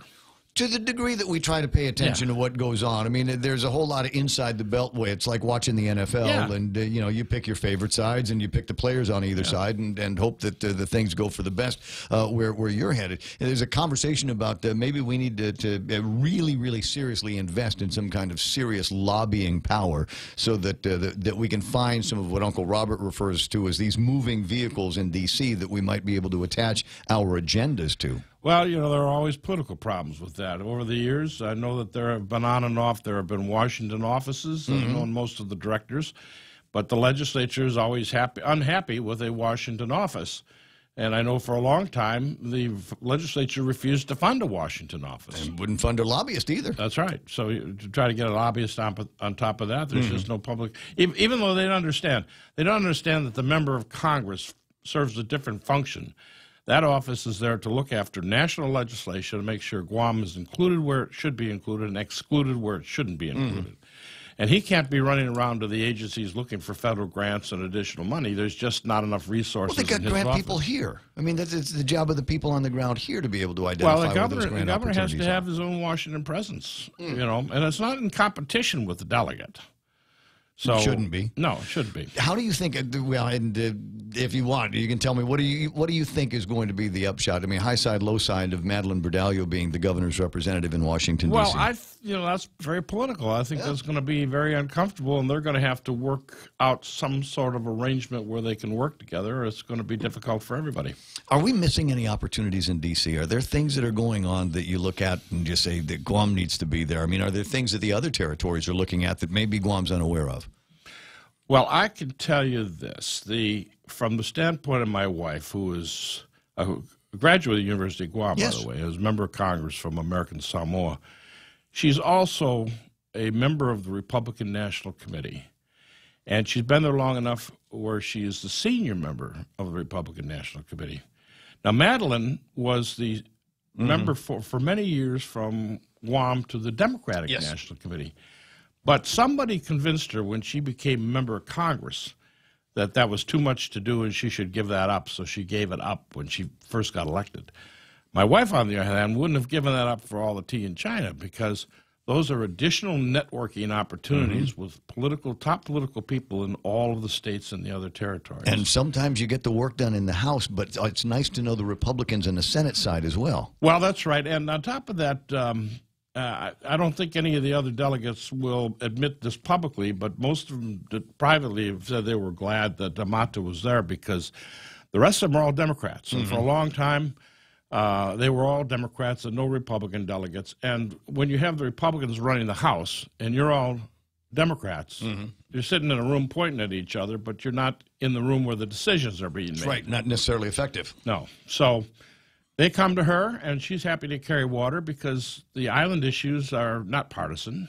So there's no reason why she can't carry water for the other territories as well, and vice versa. Now that she's in the minority, she'll look to the the Democrats in their caucus to push for island issues. The interesting thing is that we're not the only ones. As territories, we seem to think that we've got a lock on the maltreatment from the federal government of the United States. But when you start looking at places like Hawaii and Alaska, they have also got issues. And people think about the United States just in terms of the 48 contiguous states, but there is still Alaska and there is still Hawaii. And I was delighted last year, and I want to say your wife was here for the visit that Lisa Murkowski made. Yes, she was to on Guam. that trip. Yeah. So she was here on that trip, and I recall vividly that the evening because the get together was in the warehouse of one of these Alaska Native corporations behind the Infusion, and I remember sitting there in the room going, well, this only good things can happen as a result of this get together because Murkowski has got issues with the sister federal government, even though she's a state, and has also pledged, and I think in the Pacific Daily News write-up, has also pledged support to some of the territorial needs. And it's nice to have somebody like Murkowski, that kind of influence on the Senate, looking out for us. Absolutely, and they're few and far between. Her father, good example. Her father, of course, was her predecessor. Mm-hmm. And he was very interested in the territories. And one of the things he was most interested in was telemedicine, because they're landlocked up there, but all these villages scattered around. You cannot get to Juneau by road. That's right. So it's almost like having an ocean. Mm-hmm. And so the future for all those small villages, particularly Alaska Native villages and whatnot, is going to be telemedicine. And of course, he went out well before this modern age of technology, where this is really going to become a reality sometime soon. Mm-hmm. I think it was fascinating when we think about it. I was in Juneau a couple of years ago, and I remember the idea there's two ways to get in there. One of them is by an airplane, and then the other one is by a boat. And that's so, right. And because there's no roads in or out of that capital city. How strange is all of that? So how much longer are you going to be in town? Everybody's going to say, oh, I want to buy Fred Waterregan lunch. We leave tomorrow morning, first thing. So we've got a farewell dinner with university people tonight, so I'm not going to have a chance to see some of the old friends if I had time to be just around. Listen, I don't want to make too much of a big deal about it, but you mentioned a couple of names of guys that were still knocking around about a year ago. So right. If you can shave out some time for some of the other I old sure souls. wish. I sure like to see Paul Calvo again and Joe Otta and the people I worked with over the years. The biggest change. Now, it's been 50 years since I first came, but it's not been 50 years with no being here in between. But the biggest change over the course of 50 years is the telecommunications. Mm-hmm. When I was in the Interior Department in '69, and we were dealing a lot with the trust territory, and we had to speak with the High Commissioner daily, we had to get a Pentagon line, telephone line at Interior. They switched us to a switchboard in Kunia in Hawaii, which sent us out here, and then from here, they did a single sideband patch to Saipan. Oh my God. Yeah, that's how we communicated with the High Commissioner. Yeah, now it's a pick up the phone 1670, and now you're talking to the governor in Saipan. Exactly. That has changed out significantly. Huge. I think there are other opportunities that telecom brings to us with all of the big data pipes that are coming into and out of Guam. Guam also a strategic location for several of these underwater digital cables and fiber cables. When I got here in '69, there was only one hotel, and that was the Cliff. Either that, or you could stay at the Micronesian Hotel, the Quonset huts. Well, wasn't there also the Sleepy Lagoon? I'm not familiar with that one. Down along this way, Mo Cotton's on the other line. Mo, let me just bring in Mo before I get to the top of the hour. You can call back in the next hour as well. But you've been around here for a long time. You remember where the old Sleepy Lagoon was? Well, I know Sleepy Lagoon. I even lived down there later on, but I don't remember the hotel. No, there was no hotel. Was it a hotel motel or something like that down there? Well, when I first came, I also had to stay at the Cliff Hotel. That was just for business, and then later I came in after the Hilton was built. And I don't know your guest speaker right now, but I've been here 40 years, and I built all the Wendy's, so we're talking nostalgia. So I built 4 Wendy's, one in Saipan and 3 of them here.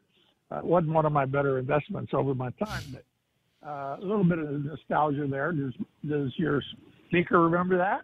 Putting together the Wendy's. Did you remember the first time that you had a Wendy's burger over at Gibson's? Well, that wasn't here then. All there was the Cliff. There wasn't even a stoplight in Guam. In 69, there was not even a traffic signal on Guam. So if you've been here 40 years, there was a huge difference between 69 and 79, I can tell you that. What about, wasn't it the A&W root beer? We had an A&W root beer I don't know. back in the 60s. The first thing I remember coming in here, because it was the biggest one in the world at the time, was 1974, I think, when McDonald's set up on Marine Corps Drive down here. It was the largest McDonald's in the world for many years. Yeah, and then the McDonald's in Agano, when they opened that one up in the late 70s, that one was the largest drive-through for McDonald's for a long time. We did hold the records. I want to say that there's some records that came on when they first started putting the KFCs together, when the Jones family first started doing that with Greg and all that. Crazy old times. And there were times when I'd get off the plane, we used to have a trust territory liaison officer because we had to be helped through customs and immigration and whatnot because the trust territory is not part of the United States. And his name was Gordon Finley, a retired Navy captain. And when we got off the plane, the first thing he said was, "Please don't tell me the scores of the NFL games because they bring him in by plane 2 weeks later, and he didn't want to have it spoiled." It is amazing how much things have changed. Fred's always good to see you. Kiss to the Congresswoman, and we'll all get together the next time. And, Sounds good. I'll make sure everybody knows you're coming out so all your old friends can find you and buy you guys lunch. It's 9 o'clock in the morning. We're KUSG, Agana. In the hot seat, I'm Lisa Lacera, Fox News. President Trump's former personal attorney, Michael Cohen, before the House Oversight Committee, asked by New York Democrat Alexandria Ocasio-Cortez about a New York Times report that the president engaged in suspect tax schemes. To your knowledge, did the president ever provide inflated assets to an insurance company? Yes. Who else knows that the president did this? Alan Weisselberg, Ron Lieberman, and Matthew Calamari. Alan Weisselberg is the chief financial officer of the Trump Organization. President Trump has not released his tax returns, claiming he's under audit. Ohio Republican Jim Jordan saying Cohen is acting out of revenge. I see a guy who worked for 10 years and is here trashing the guy he worked for 10 years, didn't get a job in the White House, and now you're behaving just like everyone else who's got fired or didn't get the job they wanted. Cohen had a message for President Trump. You take responsibility for your own dirty deeds. You don't use your power of your bully pulpit to destroy the credibility of those who speak out against you. The president's now in Vietnam ahead of his summit with North Korean leader Kim Jong-un. A Coast Guard officer arrested earlier this month on drug and weapons charges now facing a federal indictment. Fox's Colonel Scott has more live. Lisa, among the counts Christopher Paul Hassan faces are possession of a firearm as a drug addict and possession of a controlled substance. He is the same Coast Guard member authorities say drafted a hit list of prominent Democrats and journalists. Investigators found 15 firearms in his apartment, including 7 rifles and 1,000 rounds of ammo. He was also in possession of tramadol, an opioid painkiller. As of now, Hassan has not been charged with terrorism, but a Maryland U.S. attorney says that is still being looked into, Lisa. Thanks, Gernal. This is Fox News.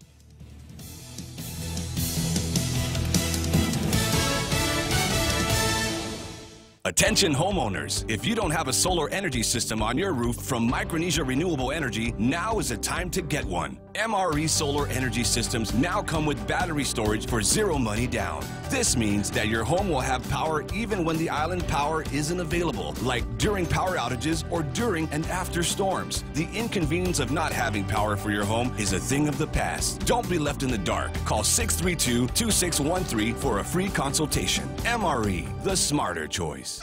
KFC has finally answered the world's most important question. What came first, the chicken or the egg? And the answer is both. Introducing KFC's KFC AM, their new Southern and local-inspired breakfast. AM-loaded platter with chicken fried rice, waffles, and Colonel's chicken congee. KFC also has your all-time favorites, AM chicken and egg wraps, Southern biscuit and sausage sandwich, and hash browns. So for finger-licking good mornings, AM will never be the same at KFC. KFC, it's finger-licking good. Almost 3 days of rain in Northern California has forced evacuations and major flooding. Some 3,600 people were told to get out fast, and those that did not leave Guerneville are stuck because that town is now cut off. No way in or out. Elsewhere, schools are closed and driving is treacherous. There have been numerous rescues, not only because the roads are flooded, but some have been inundated by landslides. The soil is so saturated. The Russian River is expected to crest tonight at 46 feet. That's the highest level in 24 years. While many homes and businesses have already been inundated, there are no reports of any injuries, and the rain has finally tapered off, at least until this weekend. In Forestville, California, Claudia Cowan, Fox News. Meanwhile, an avalanche has prompted Amtrak officials to suspend passenger rail service between Sacramento and Reno, Nevada, after more than 4 feet of snow fell. Legal action being taken against several bars across the country. A dozen drinking establishments nationwide are being sued. It's not because of the drinks they serve, but over the music they play. The American Society of Composers, Authors, and Publishers represents more than 690,000 songwriters and others. The group licenses bars to play songs in public, but the suit claims the dozen establishments named did not have the proper permission.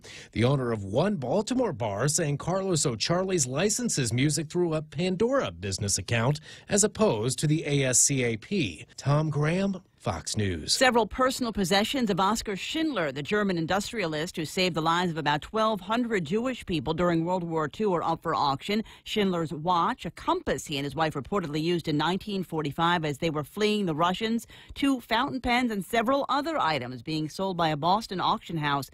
They're expected to fetch about $25,000. The auction ends March 6th. I'm Lisa Lacera, and this is Fox News. On March 9th, join Bank of Guam for the EFIT Run and Block Party to benefit Guam Cancer Care and American Cancer Society. Our Sunset 2K and 5K run will start at Chamorro Village with showtime at 4 and go time at 5. And don't forget about our block party starting at 4 o'clock, complete with food trucks, a kids zone, live entertainment, and a beer garden. So don't forget your ID. This is a bring your own water bottle event.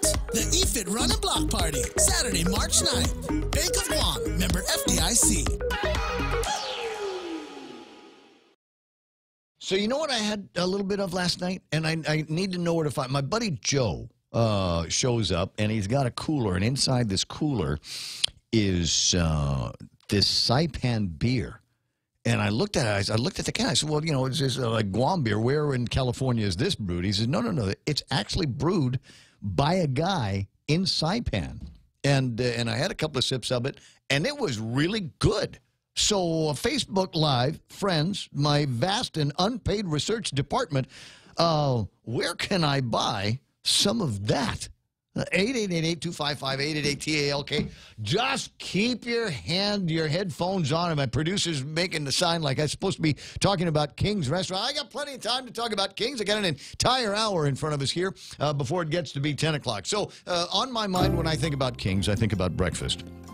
But it's also a great place to go for lunch. It is an incredible place to go for dinner. And you can get, a lot of people say, hey, you know what, I've got friends in town. I want to treat them to, some down-home food. Where can I get a Fiesta plate? Well, believe it or not, you can get a really good Fiesta plate over at King's. Their crazy menu includes... like this, parrotfish strips, marinated beef short ribs, barbecue chicken, shrimp patties, panko chicken cutlet, and pork chops. Pick two for $9.99. Pick 3 for $12.99. You're going to go, does that come with rice? Hello. Does it come with rice? Hello, it's King's. Yes, it does. 7 after 9 there.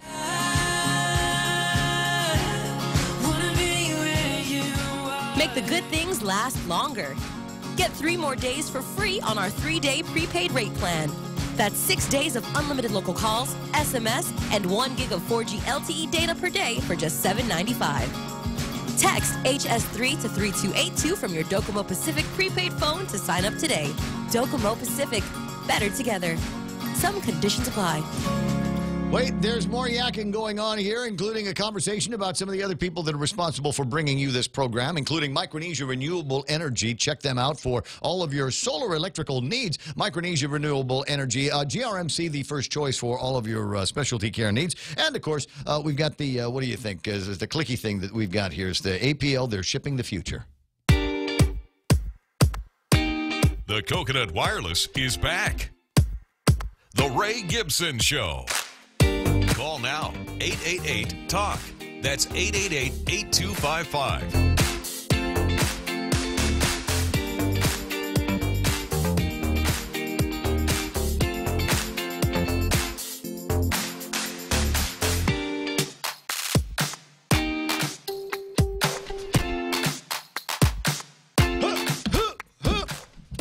Celebrating birthdays today. I get the notice on Facebook about people that are having birthdays, and I consistently forget to refer to it on the radio.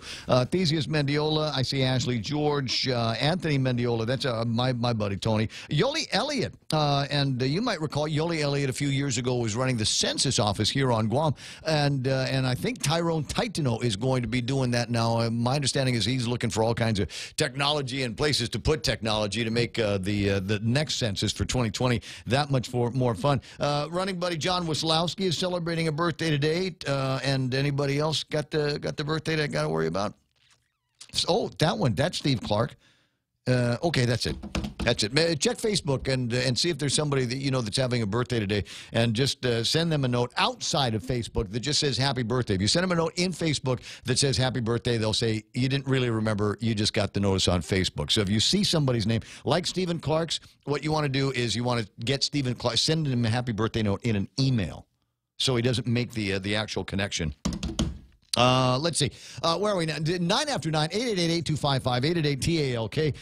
And that's the way to get a hold of me and talk on the radio about a variety of issues. As I said, my pal Mo Cotton and I run into each other over at the Payless yesterday. Oh, and Mo, before I get to you, just one thing here. In the Fox News story, they were talking about some guy they nabbed with a bunch of guns, and they said 1,000 rounds of ammunition. I don't know anybody that owns a gun. Literally, I swear to God, I don't know any of my friends that own guns that have less than 1,000 rounds at their house.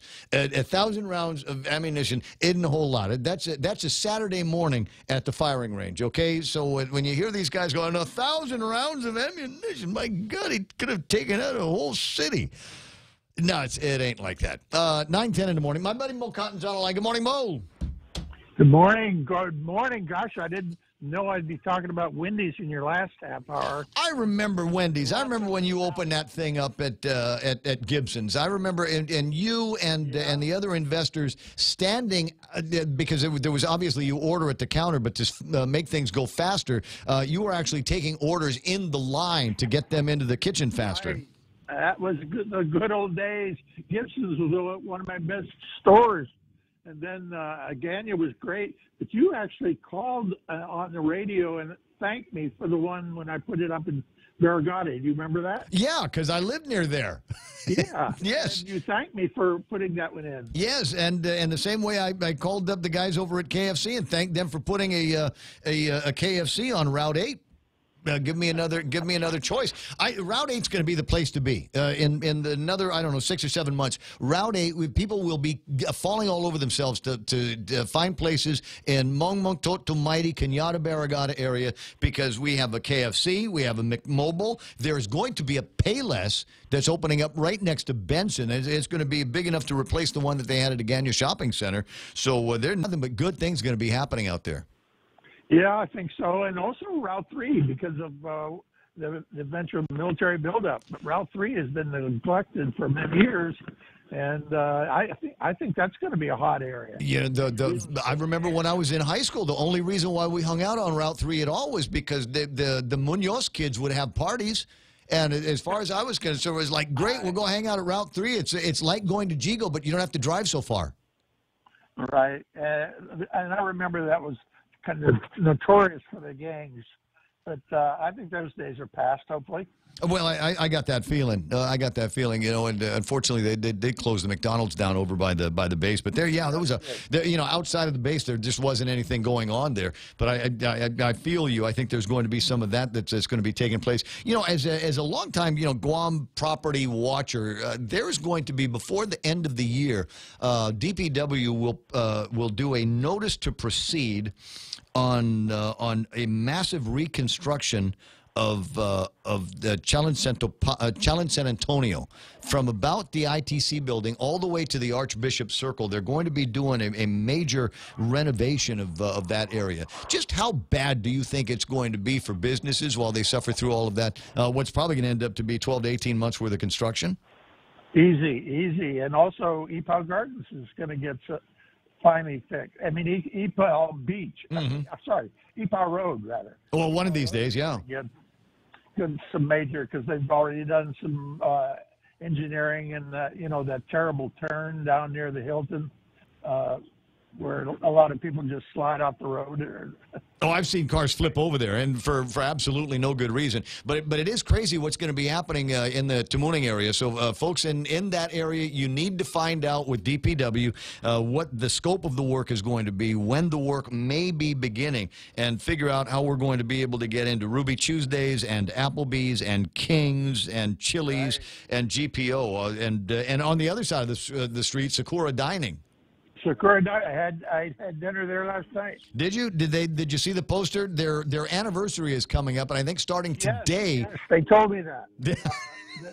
They're going to have some food half price or something. It's sushi. Sushi is supposed to be like half price. I got hold on. I want to make sure I get it right before everybody starts rolling over to the place. Hold on, because I got a note and I sent it out to everybody that I know. All sushi roll 50% off from February the 28th. That's today until March the 3rd, as they celebrate their second anniversary as part of that portion of Tamuning's one of the new dining experiences there.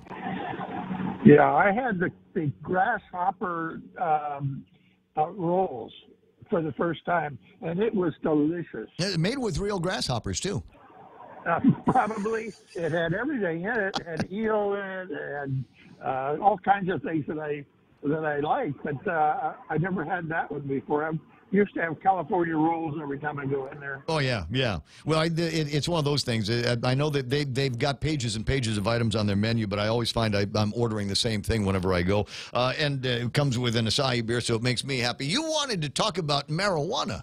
Yeah, I thought that's why I called to see if I could remember. Oh, yeah, recreational marijuana. I just wanted to put my vote in for that. I just learned that my daughter, she's going to kill me for saying this over the radio, but she told me she now smokes. Of course, it's legal in California. Yeah. So I'm going to make that clear. But she used to have drink before she go to bed so she can get sleep. And now she's totally given up the booze and has a little marijuana at night, and it can sleep like a young lady should. And for a lot of people, there may be some of that value. For some, it's just need to take the edge off a week, take the edge off a day. And I don't know that there ought to be any prohibition to something like that. I mean, just don't drive. Don't give it to kids. If you run school buses or gas trucks or big moving trucks during the day, well, obviously, I don't want you smoking that the same way I don't want you drinking alcohol before you go to work. Absolutely. I mean, the people that are so worried about it, and let's face it, they're never going to get medical marijuana in here. It's just too hard. All the regulations to go through and everything, and the doctors don't like it, and it's just well, for one thing, they can't seem to get it in. They've tried and tried and tried. Well, they set up, and to his credit, the guy went out there and found a good comprehensive plan for medicinal marijuana coming. I forget what state it was from, Arizona or Nevada or someplace like that, but it was a good plan. But it didn't scale properly for Guam, a town of 160,000 people, and it probably would have made it so that you could eventually, if we went all the way through this, buy yourself a marijuana joint or a couple of ounces of marijuana, and it would have cost way more than what it would cost you to call the pimply-faced 16-year-old that hangs out at the corner and talk to him about coming in with the same thing. He's growing it himself, or he's got a connection to Palau or something like that. And that's the deal in my mind, is we've got to make it recreational or medicinal. It still has to compete with the prices on the black market. Yeah, no, it should be recreational. Medicinal is just too many regulations, and that's my observation. I'm a cancer. I've had it for 17 years. I'm living with it, and I'm not in pain. But one of these days, I might very well be in pain, and I understand. I would like to have it. Well, take an aspirin. Yeah. Well, I'm just saying, to make sure that you let's compare apples to apples, though. I mean, the pain relief from marijuana for you might not be as effective as coming through with a Percocet or with something's got some a little bit more codeine on it, or maybe even some of the stronger opioids. Percocet, you can get hooked on that in a week. Yeah, that's why I'm very careful. I'm one of those guys. If I am prescribed a Percocet, and I don't care how much pain I'm in, I cut those doses in half. Because I know how I am, and there's a real groovy feeling that you get with Percocets.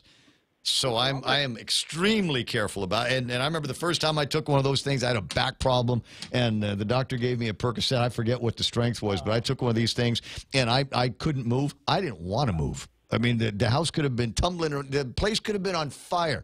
And I'd go, 5 more minutes. Just 5 more minutes, because it's feeling good.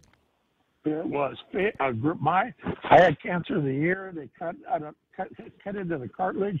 I was in so much pain. They gave me finally they gave me a Percocet, and finally it went away. I felt it going away. I was in the clouds. But the problem is I wanted it after the pain was gone. Yes. I wanted it all the time. And they say that's epidemic in for people in your age group, and it's easy to get that prescription to ease some of the pains of being a man in his, what are you, late 60s now? Yeah, late, very, very late. Yeah. I finally made the 80s, and I'm okay. But I will stay away from that Percocet, that's for sure. That will go to your brain. Next thing you know, you're in the clouds all the time. How do we get on this thing? Oh, the subject was marijuana, and so I think that's one I will try. I'm not a stoner, so don't get me wrong, but I think we should have it. And so here's my advice, Mo. My friend Mo is go and find some and get as much as you want, because I guarantee that the police are not going to arrest Mo Cotton. And certainly not a man. The police have got better things to do than arrest senior citizens for smoking marijuana. So I'd get as much as you can lay your hands on, and just kick back. You get it for me, then. I don't know how to get it. Why are you looking at me? I don't know how to get it. You're telling me to go out and get it. I don't know how to get it. Do I need to take a gun with me? I have a gun. It's a BB gun. Honest to God, I could not tell you the first thing about finding somebody that knows how to get their hands on marijuana. I'm always, to the degree that I have been close to it, I can smell it when there's something in the air, but I don't know where the guys get it, and I've never asked. But you know what? For you, I will. I'll find out. I'll find out, and I'll send it to you in a direct message on Facebook. Now, don't cut me off, because I got one more quick subject. I'm not cutting you off. I got time. March 1st is tomorrow. The whole month is tomorrow week. Tomorrow month, and we're in celebration of that. I'm working with the Tomorrow Artists Association under Fillmore Alcon. We're having an exhibit down at the Outrigger. It'll last the whole month, and there are all the artists, mainly Tomorrow artists. I'm consider myself. Well, I consider you a local artist, sure. Yeah. So anyway, a local artist, yeah. But we're going to have this display. I've got an old one that I brought out from the dust that I love, because it was framed right. So it's called Dragonfire. And I'll be happy to sell that to some lucky person. But I'm not promoting myself, because I'm promoting the exhibit itself. It lasts a whole month, but tomorrow is going to be the grand opening. So there'll be music and singing and gaiety and speeches and stuff like that. All right. So you said this tomorrow over at the Outrigger for the entire month. In the lobby. In the lobby. I was just at the Outrigger. I didn't see them prepping for that. Is that something they can put together fast? I don't know how fast, but we're meeting tonight to put it together. Okay. Put the art up. I got you. Well, we'll go ahead and plug that through the month. Have Phillimore or somebody from the Outrigger contact me. I'd be happy to get it on the air. Fantastic. Okay, and like I said, I'll see what I can find out about getting Mo Cotton. This is not now. Would I be in trouble? Am I going to get in trouble if I'm successful in finding a connection, which is a 70s term? This is a 70s term. Get into trouble. Would I get into trouble if I found marijuana via a connection of a connect and was able to get marijuana to Mo Cotton? How much trouble could I get into? Would the police in this day and age be willing to come after me for helping you, as I said, take the edge off the day? I wonder if. I'm sitting outside and have people going to my wife's school, coming in and going out. But anyway, well, you go ahead and take it. I promise I'll look for you. I will make that my quest in the next couple of days to find Mo Cotton to join. Just you have to give it to me. You know, if you show it to me, then yes, you're going to get into trouble. I'll find a way to do this as expeditiously, as efficiently, and legally as possible. I'll talk to you pretty soon, buddy. See it, Payless. 9:24 in the morning. What a treasure! And wouldn't that be something? Maybe that's the thing. Maybe this will be the cascading effect where you get somebody, senior citizen, well-respected member of the community, just out there. On the sidewalk, over by the tennis courts behind the mayor's office in Tamuning, just sitting out there smoking a joint, and here comes the police. What are the police going to do? Would the police arrest Mo Cotton for the simple act of smoking a marijuana cigarette out in public? And if they did, I mean the holding a little bit isn't illegal here, right? I mean, there's just a little bit that you're not going to get busted for possession on, right? No. You can't have anything here. Yes. No, there is no legal amount of recreational weed that you can possess and not be busted. Even if you're found with just a joint or a part of a joint, they can take you in for it. Now, it's really, it's going to be up to the arresting officer. Frankly, yeah, I think if you've just got one piece of a marijuana cigarette that you haven't quite finished, they probably won't take you in for that. Like a I just don't citation know. or something, yeah, right? maybe. I don't know. Well, let's find out. Let's get Mo a joint. I don't know where to get him any. The other Joe's laughing out in the other studio.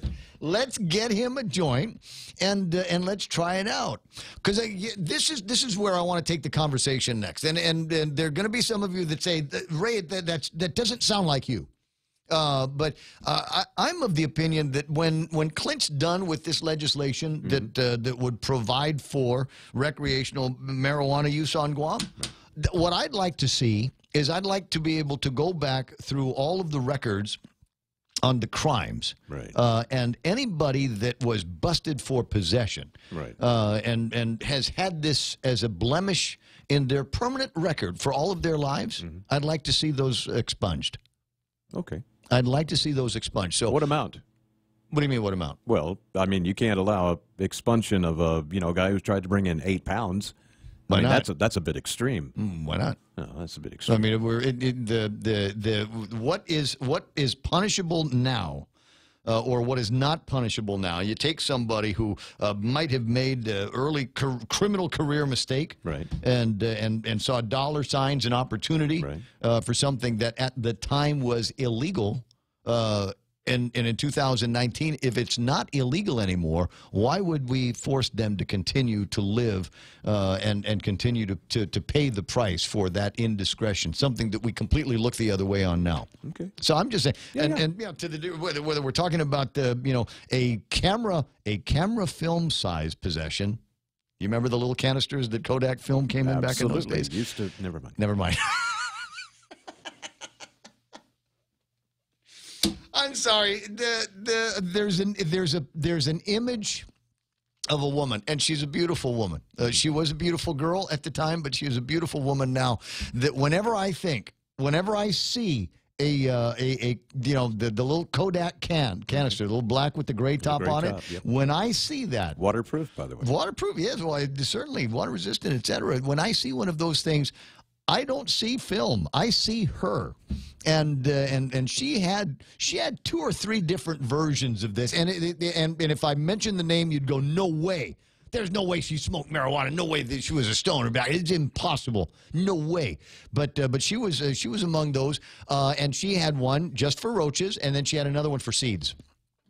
And I don't know whatever happened to one or the other, but she'd save all of the roaches and make new marijuana joints that were supposed to be highly concentrated and extra sticky as a result. Oh my God, a conversation that 10 years ago I could not have had on the air, and here I am talking about it now. Isn't that amazing? 888-825-5888-TALK is the telephone number. 928. No way. Does he want to talk about marijuana? My buddy Francie Santos. Good morning, Francie. Ramon, half a day. I'm talking about marijuana cigarettes. We're going to get Mo Cotton because he was talking about marijuana cigarette. Back in the day, it wasn't even that, Ray. You know that. Yeah. Back in so Francie and I known each other since they used to make marijuana cigarettes that were yellow. You remember they used the yellow paper? We're going to divulge our secrets. I think they were called Thai stick. Thai stick. But that was the one. All the guys that went to Vietnam could come back with Thai stick. Amazing times. There was no shortage of medicinal marijuana back in the day. What a time to have survived the 70s on Guam. And now look at us, pillars of the community. You're now divulging, I don't know how we managed to get through school. So, but we did, and the rest is history. Well, I never smoked anything or took anything in school until senior year. Ray, how often did you go to confession at FD? Whenever it was required for the fulfillment of another sacrament. Sacrament? Wait. See, now you're telling that you were in the seminary. That's not good. I'm from the old days when extreme unction was one word. or as we know it, jug. Yeah. Anyway, so I don't know whether should I congratulate you on 30-50? I mean, it's been called the GRMC bill. I still can't call it that because you guys, as far as I know, weren't the sponsors of the legislation, were you? Call it what it is, Ray. At the end of the day, we meaning GRMC, we got the votes and that's there. But I did want to share something with you, and just again because of our continued effort, right? So I would say an hour afterwards, we had to report to the boss, of course, which is Dr. Mike. So Eric, myself, and Dr. Felix. So one of the discussions we had, we immediately reached out to Jeff Larson. Yeah. And said, Jeff. Clearly, something's going to happen. We want to do a deal with you. But Jeff's not there anymore. What are you talking about? Jeff is there till he's got T-minus 15 days. And he was at the legislature all 3 days. We were all pressing the flesh there. Yeah. So Jeff was there. We were talking to him. Well, I would have gone short time already, and I'd just sit in the office and do Sudoku and Facebook. There's no one left anymore to talk to. I mean, and I told you, Joe Husline doesn't live on Guam. Okay, so we need to reach out to him. And so we've done two things. We've reached out to Jeff. Jeff, we talked yesterday. Can you please talk to your boss? And the next one, sitting this morning debriefing with Dr. Mike, he says, hey, let's talk to George Chu. He represents Take Care. He's an owner, and he represents the TANs, the other pillars of the community. So he said, so we did. Reached out to George, got his voicemail, and hopefully George calls back and say, look, we've been wanting to try to deal with your company because he is an owner, mm-hmm. and that's where we're at today. And so I think the important part too is 3 years ago when we were first starting and we were talking to then the president CEO of Take Care, Jeff Larson, we came close to getting a deal, and it just so happened that Mr. Husline arrives on Guam and kills the deal. So 3 years later, we still don't have a deal. But, in the spirit of trying to make this thing work, we reached out to Jeff. This morning, I reached out to George. And I guess if I don't get any success, I'll call, Mr. Husline directly and say, look, we're still trying to reach out to you to reach an agreement with you, just so you know. And don't try to paint a picture that it's all GRMC wanting to do this and that. I think it's fair to say that we've been trying. And the obstacle is not us, it's you, Mr. Husline. So you need to, that's what I'm trying to do is inform the public, most especially the Take Care members, that we're trying to reach an agreement with your company. And maybe it's their turn to reach out to their, fearless leader to say, come back home, come back to Guam, and let's do a deal. Sit at the table and come up with things. I talked with Clint Rigel this morning, and asked him a couple of the pointed questions, and I could feel his the indignated voice of Clint come up, and he felt that it was kind of unfair that the legislature was put into this referee position between Take Care and Guam Regional Medical City, something that they were uncomfortable, I think, going into, especially with some of the dearth of the numbers and the number of different questions and complications that have arisen in the debate over the last couple of weeks. So I think they're happy to be done with it and now put it in where it belongs, which is in the negotiating table. Agreed. So just when you do the negotiations, I want you to consider the fact that there is taxpayer Raymond Gibson and Tan Maria and Tan Jose. And for many people, they don't have access to the front doors of Guam Regional Medical City, and we're going to have to take it easy on them because it might come down to just being able to afford what GMH has. Again, Ray, you come to the table. We've managed to reach an agreement with the 3 other health plans on Guam. Why not Take Care? And until we sit at the table and, honestly have a discussion. I mean, again, like I said, give kudos to Jeff Larson because we were there. We were at the 1-yard line, and Joe Husline arrives on Guam and kills the deal. Yep, Jeff's a good guy. Jeff's a good guy. He's a sharp negotiator and a great debater. Well, at this point, we don't know who else to talk to because as far as we know, everybody has left Take Care. Either got fired. They either got fired or, like in the case of Jeff, just left. We don't know who to talk to anymore. I don't personally know Arvin, but, I'm sure Arvin said it the best. I'm sorry, I am not allowed to disclose what's going on between us and GRMC. So he's obviously out of the equation. So again, it's almost like I'm pleading, Mr. Husline, come back home. I'm sorry, he lives in Honolulu. Can't come back home. Let me know what your response is from George. Well, I know you have your own connect there, but again, in all honesty, George has been very good in responding. So he may not be on island, but most of the time when Dr. Mike or I have actually reached out to him, he responds quickly. And, I guess in his case, he said, well, I'll talk to Joe. And he does. So, he does at least get us the discussion points with Joe Husline. Now the case, like I said, it's really up to Mr. Husline.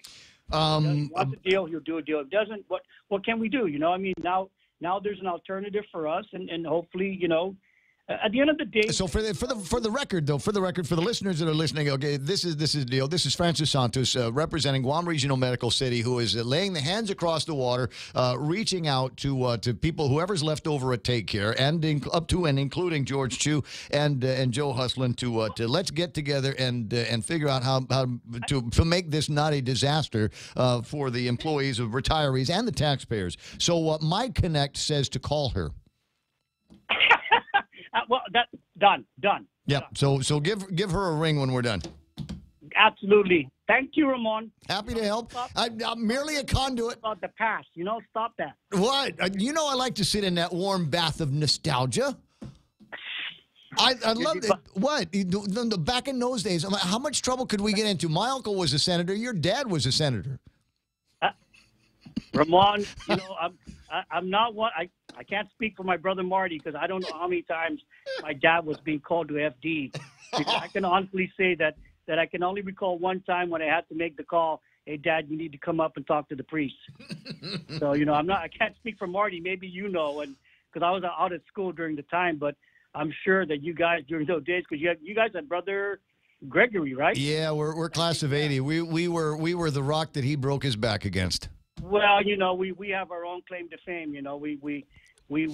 I don't need to speak about class of 75, so we're good. Yeah. Just leave that there. I'll talk to you pretty soon, brother. That's that. Thank you, Ray. All right, 9:37, and that my friend, if you've ever wondered about the strength, resiliency, and cooperation among the Dueñas Mafia, I mean brotherhood, there you go, right there. So he knows. Reach out to me, get on the radio, talk about where we want to talk to Joe. Magical Joe Husline. Well, I've had the pleasure of meeting. I actually interviewed him. Do you know what he did once upon a time? He bicycled across the United States of America. That's crazy. Well, across the 48. And it was kind of a big deal. I'm trying to remember. I'm putting it together. It was a several-week process, several days, obviously, that it took him to cycle from one end to the other. And it's common. I mean, people do it. Not too many people from Guam do it. But it required him to get in like a year's worth of training on Guam, on a bicycle, on Guam. Yeah. Did I already say it was on Guam? You did. There's no worse place to train for any kind of a bicycle event than Guam. Because any significant physical activity training here requires just serious lousy drivers here. And, you know, can you imagine taking your life in your hands? On Route 4 is an example where there's virtually no sidewalk. There's no place for the bicycle to go. He trained riding on the beach, didn't he? No, he took his life in his hands several times a day. And so, you know, Joe is not accustomed to those kinds of stresses. And I will tell you, as somebody that has undergone that kind of training and grueling endurance kinds of sports, it does give you a level of confidence. And it does give you a level of I'm a superhero. You're going to do things my way. And just cause. So where are we now? 20 away from the top of the... Do you want me to take a break after all of that fun? There's more to come. 888-8255 is my telephone number. 888-8888 is the number for iConnect. And I want you to call them. Just call them up. These are friendly people. Answer the phone and ask them about great telecom plans. Push to talk, mobile, internet, they got it. Security Title is honored to join in sponsoring Ray Gibson on The Point. Half a day. I'm Rita Tidegli of Manila, and this is where I start my day, listening to the voices of our community and sharing thoughts about issues that affect all of us. It all boils down to our people and our land. Ingatan ang iyong tahanan. Protect your home. When purchasing or refinancing your home, remember to call the professionals at Security Title, just like you call Ray Gibson in the morning. We get stuff done. We shove the poles in the holes, as Devo used to say. In 20 minutes, it'll be 9 o'clock in the morning. 2 hours after that, you'll need to start thinking about lunch. Actually, you can start thinking about lunch now. You know, Mo and I talking about the original Wendy's that they opened up at Gibson's right there in the front, about where the Ajisen Ramen is. Dun dun ramen. Nice. But that was where the Wendy's was, and that was the first place that I ever got my hands on a Wendy's Square Burger. Oh, my God. Weren't those great? And true to the marketing, we're going to hand you a lot of napkins because this is a messy eat. How messy is it? Sauce burger. You do not eat that over nice clothes because you're going to be wearing it for the rest of the day. That has been my experience with it. It drips with the sauce. There's bacon that falls out of this stuff, huh? So eat over, I don't know, newspaper. Right, like they do at the feast. Barbecue burger, they've got that, and the Made to Crave menu also features the brand new, all new peppercorn mushroom cheeseburger at Wendy's. Yes? The Extra Point with Jerry Roberts of Guam Training every morning on The Ray Gibson Show. Hi, I'm Jerry Roberts, and every day I get to comment on the incredibly diverse, fun, challenging, sometimes frustrating, often exciting, but always interesting world of work. I hope you'll be there with us. You can find daily transcripts of The Extra Point at GuamTraining.com. Tune in every weekday morning at 7:20 for The Extra Point with Jerry Roberts. Brought to you by Guahan Insurance Services and First Hawaiian Bank on 93.3 The Point. So the advice that I gave Mo Cotton, and not too far off the advice that I gave my mother a few years ago. You know, my sainted mother, loved her dearly and fretted that she suffered so much from fibromyalgia. And obviously there were times when she talked to different doctors. I remember she got the prescription for Marinol. And that didn't work for her. And I thought, you know, maybe one of the things that we got to do is maybe we'll try out some marijuana. And my mom's like, well, don't go out there and find marijuana for me. I mean, you're Ray Gibson, you'll get in trouble. And I said, it is, you know, what I'm going to say, it's for my mom, right? I mean, if I get busted, it's for my mom. She's suffering. And I said, and even if they came here and found you surrounded in your bed by bags and bags and bags of marijuana, I don't think they're going to arrest you. I think the last thing that the police want to do is arrest a 72-year-old woman in her house for smoking marijuana because she's got fibromyalgia or whatever it happened to be. or whatever it happened to be. And there's Mo Cotton asking about maybe the possibility of doing something like that. And I'm here to tell you, I think if I was a police officer and pulled Mo over for going too slow or something like that, for driving like a senior citizen and found marijuana in the car. Mr. Cotton, are you okay? Why, yes, I'm just headed home. I'm great. I'll follow you. I ain't high, I'll tell you that, man. I don't feel nothing, man. But like I said, for me, the victory is taken all the way through, and anybody that was busted in the 1970s and did any kind of hard time that has got a marijuana wrinkle on their permanent record, I think those things ought to be expunged and maybe give you a second chance at being able to participate in different parts of our economy and all of that. It's 9:43. This is the Ray Gibson Show, and I've always described the program as kind of a mix of news, current events, political gossip, and smart aleck comments. And to the degree that the headlines over the last couple of days have given me nothing but opportunities for the political gossip and the smart aleck comments, it just keeps coming. It just keeps coming. Legislature passed 30-35. And they referred to it as unanimous support. Therese Terlai was not there, and we all wish her send our condolences, grieving family. So she got a pass on this. I think she would have voted no, and I think she's strong enough to have withstood the withering criticism or the glares of the other members of the Democratic Party when she did so. Others were not able to do that, to withstand that kind of peer pressure. Jimmy Moylan was able to conflict himself out.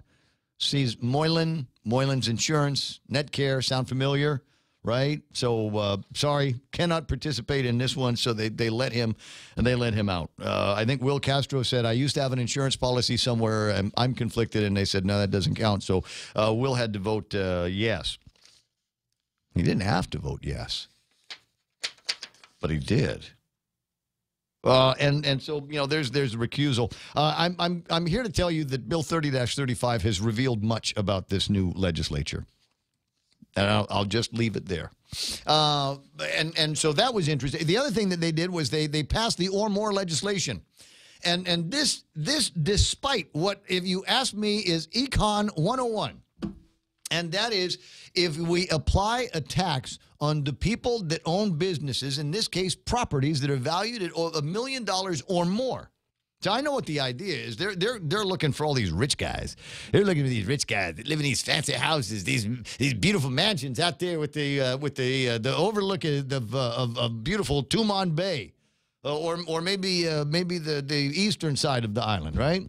Maybe that's what we're going to do. We're going to stick it to the man with all those dollars and charge them more in their property taxes for their real properties in excess of $1 million, because that's what we're all about, sticking it to the man. I'm missing something here, man. Go ahead. Don't you guys already pay property taxes? Who does? Anybody. The people that own property. Yeah, we pay property taxes. I don't understand why there's such a big deal about this bill. Because it's going to be more. It's higher. So we're going to have to pay more in property taxes. Now, I'm just for the record, I'm not living in $1 million house. $1 million I am, but there's house. about 75 other people living in it too. Okay, so and there is a point. So if we wanted to look at the vast Grenada properties, right? Grenada complex is that complex valued at $1 million or more? It probably is. Okay, so that means that that the owner of the vast Grenada palaces are going to have to charge more to recover those taxes, because businesses don't pay taxes. They collect it from their customers. Right. So the lease that you have in your suite at Granada is probably going to go up, because now the owner of the property has to charge more. Did they say the rate of the tax is going to go up, or are they just changing the language to make sure that $1 million properties and higher get charged? No, that's taxes? already been done. That was in the budget. but it applied to $1 million properties, but it should have said $1 million or more. Right. So yeah, the rate's gone up as a result of that budget, but they couldn't apply it because of that language. So Okay, they've adjusted there's the a language. part of it I wasn't. Yeah, I Now, wasn't and you getting might be connected. going, well, that's okay, but because he's already paid the taxes for 2018, he's already got that. But the deal is, and BJ has made certain of this, is that the Department of Revenue and Taxation can go back and reassess. Retroactive. They will retroactively reassess your taxes. So, and you're going, but I already paid the rent for January and February, and they're going to go, it doesn't matter. Doesn't matter. The rate's gone up effective the beginning of the new fiscal year. Immediately, as they say. So your place could see an increase in rent. Businesses, we were talking with Jimmy yesterday, his place is at the DNA building. Right? Nice building. Yeah, definitely valued at over $1 million. So, and his is a government of Guam. The government of Guam pays the rent on that. Right. So when the people that owned the DNA building get the new tax bill, what are they going to do? They're not going to eat it. They're going to go back to Jimmy and say, here's your new rent. And if you don't like it, get out. And so the government of Guam, in many cases, probably just raised the rent on the government of Guam. And when I say the government of Guam, I mean the taxpayers. So I'm this, in my mind, it flies in the face of basic economics. So all we've done is we've raised the price for apartment rentals. Those are within reach for a lot of families. Well, yeah, to we've begin with. already got a problem with affordable housing here anyway. Yeah, so there might be a few individual single-family dwellings that are going to be increased as a result of this. But the majority, I think, of the increases, the $9-10 million impact, is going to fall on the end users of all of these different properties. The businesses that are renting from them, the government of Guam agencies that are renting from them, federal agencies maybe that are renting from them, and the individuals, the families that are renting in some of these, Tony apartment and regimes. So that, like I said, is just one of those. I'm going, you didn't need to do it. You didn't need to do it. Talk to the guys on the fiscal side and see where the numbers are. There are some indications that those numbers were going up. I don't have them in front of me, so I can't necessarily riff on them. So I'm not gonna, but I will say that that's at least part of some of the media stories that have been going on. 949. And this one here, deep into the realm of political gossip. I'm looking at this and I'm going, between the Democratic Party of Guam and the Republican Party, my God, what a bunch of children. The Democrats came out the other day, and we talked about this. The Republicans came out the other day and were giving the Democrats a hard time about this or more legislation. And I'm remembering the reason why we have this or more legislation is because a bunch of Republicans at Adelup scared the hell out of everybody over at the legislature and had them believe that the sky was going to fall on them first before it landed on anybody else. You must raise taxes. We need an increase in the BPT. We've got to start looking around for additional revenue in the government of Guam. And the Republicans and the Democrats of the 34th Guam legislature, hook, line, and sinker. Hook, line, and sinker. And so the Republicans come out and point some fingers and talk about how, as typical Democrats, the party of tax and spend, you're all guilty. To which the Democrats responded, Senator Castro isn't against taxing you. He's just against taxing the few people who own $1 million properties. Rich people. We hate rich people. We won't forget that Senator Castro voted to increase the BPT. True. Voted to tax you more for gas. True. And voted to create a sales tax. True. Now he says taxes are bad. He's like the guy who starts a house fire and wants a medal for trying to put it out.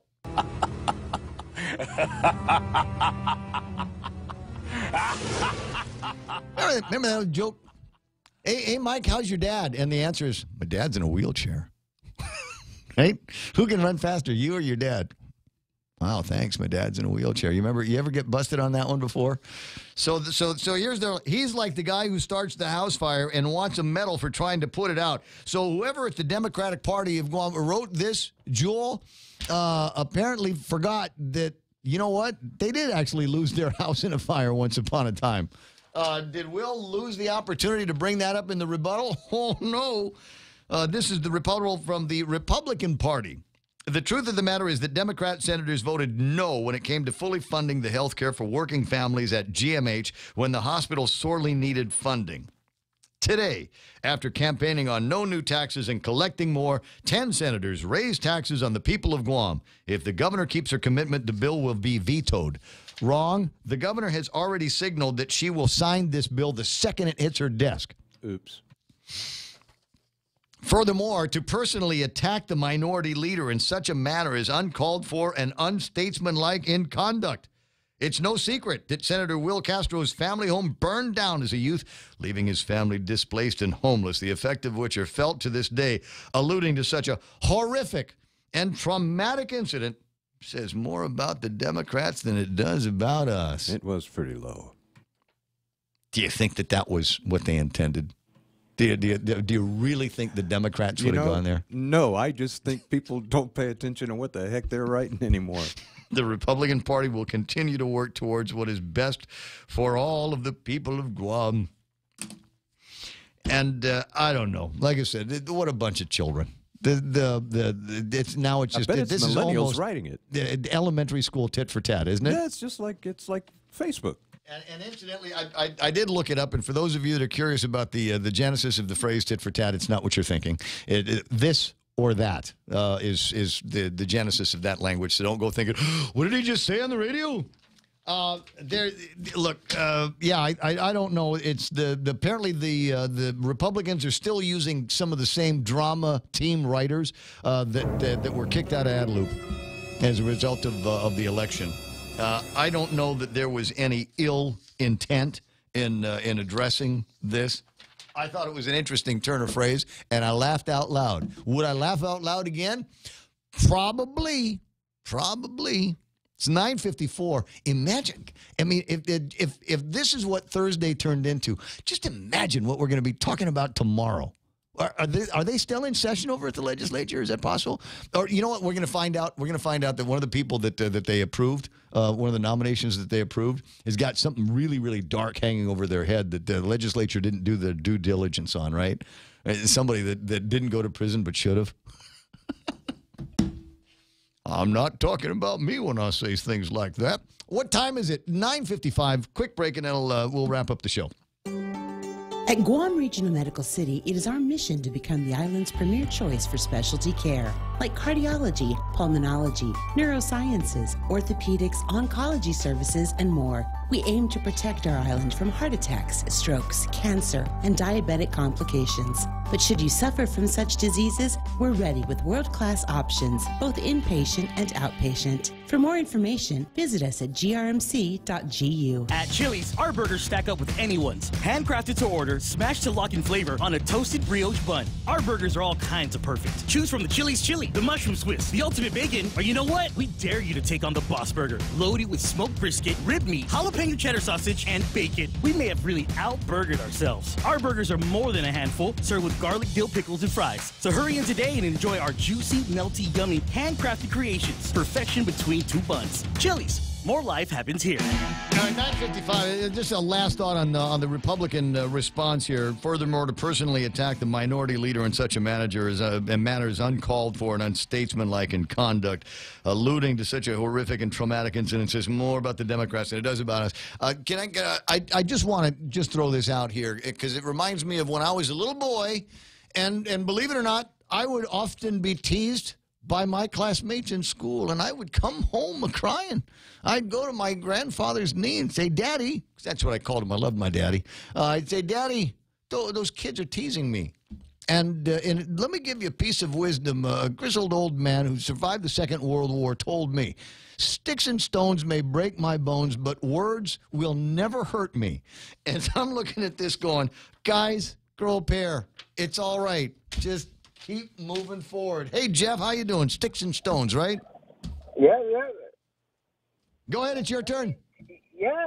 You know, my daddy told me punch them in the mouth.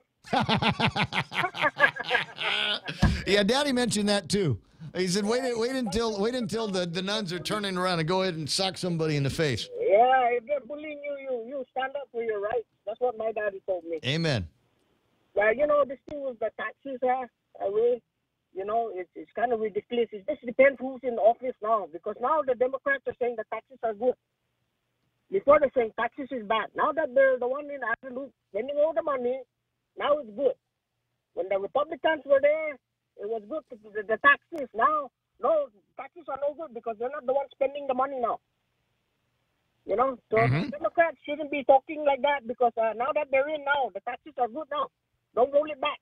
So this was the point that I started the program with, Jeff, and it's the futility of elections. It doesn't matter who we vote for.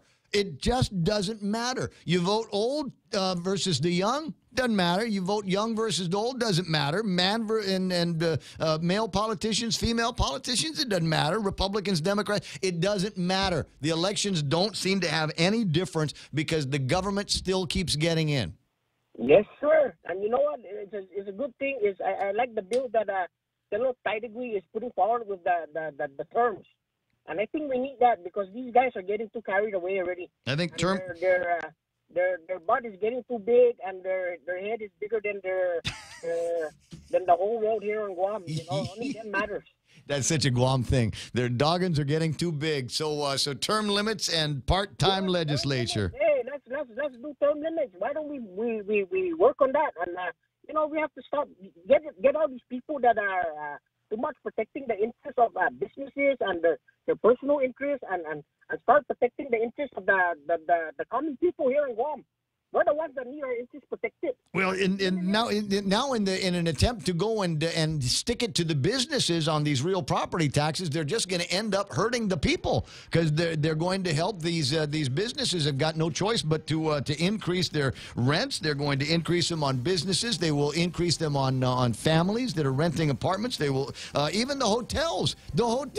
Like the hospitality industry is all cured around here. The hotels are going to have to increase their rates to their customers in order to meet these new tax requirements. So the only people that are getting screwed on this, certainly not the legislature. It's the common people. You know what I don't understand, Ray? You know, the price of oil went down, and the bulk shipping, it went down. How come the prices are still up? Well, that's Econ 101. That's Economics 101, Jeff. I wish I had time to explain, but I got the news plan. Econ 101 is now we know where the level is that the customer will pay for whatever reason, and even though the prices go down, why should I drop them? Come on. If you were in business, you do the same thing. It's 10 o'clock in the morning. We're KUSG Agana. Not mincing words. I'm Lisa Lacera, Fox News. The president's former personal attorney, Michael Cohen, spending 7 hours before the House Oversight Committee. Mr. Trump's former fixer telling lawmakers he needs to fix one more thing. I am here under oath to correct the record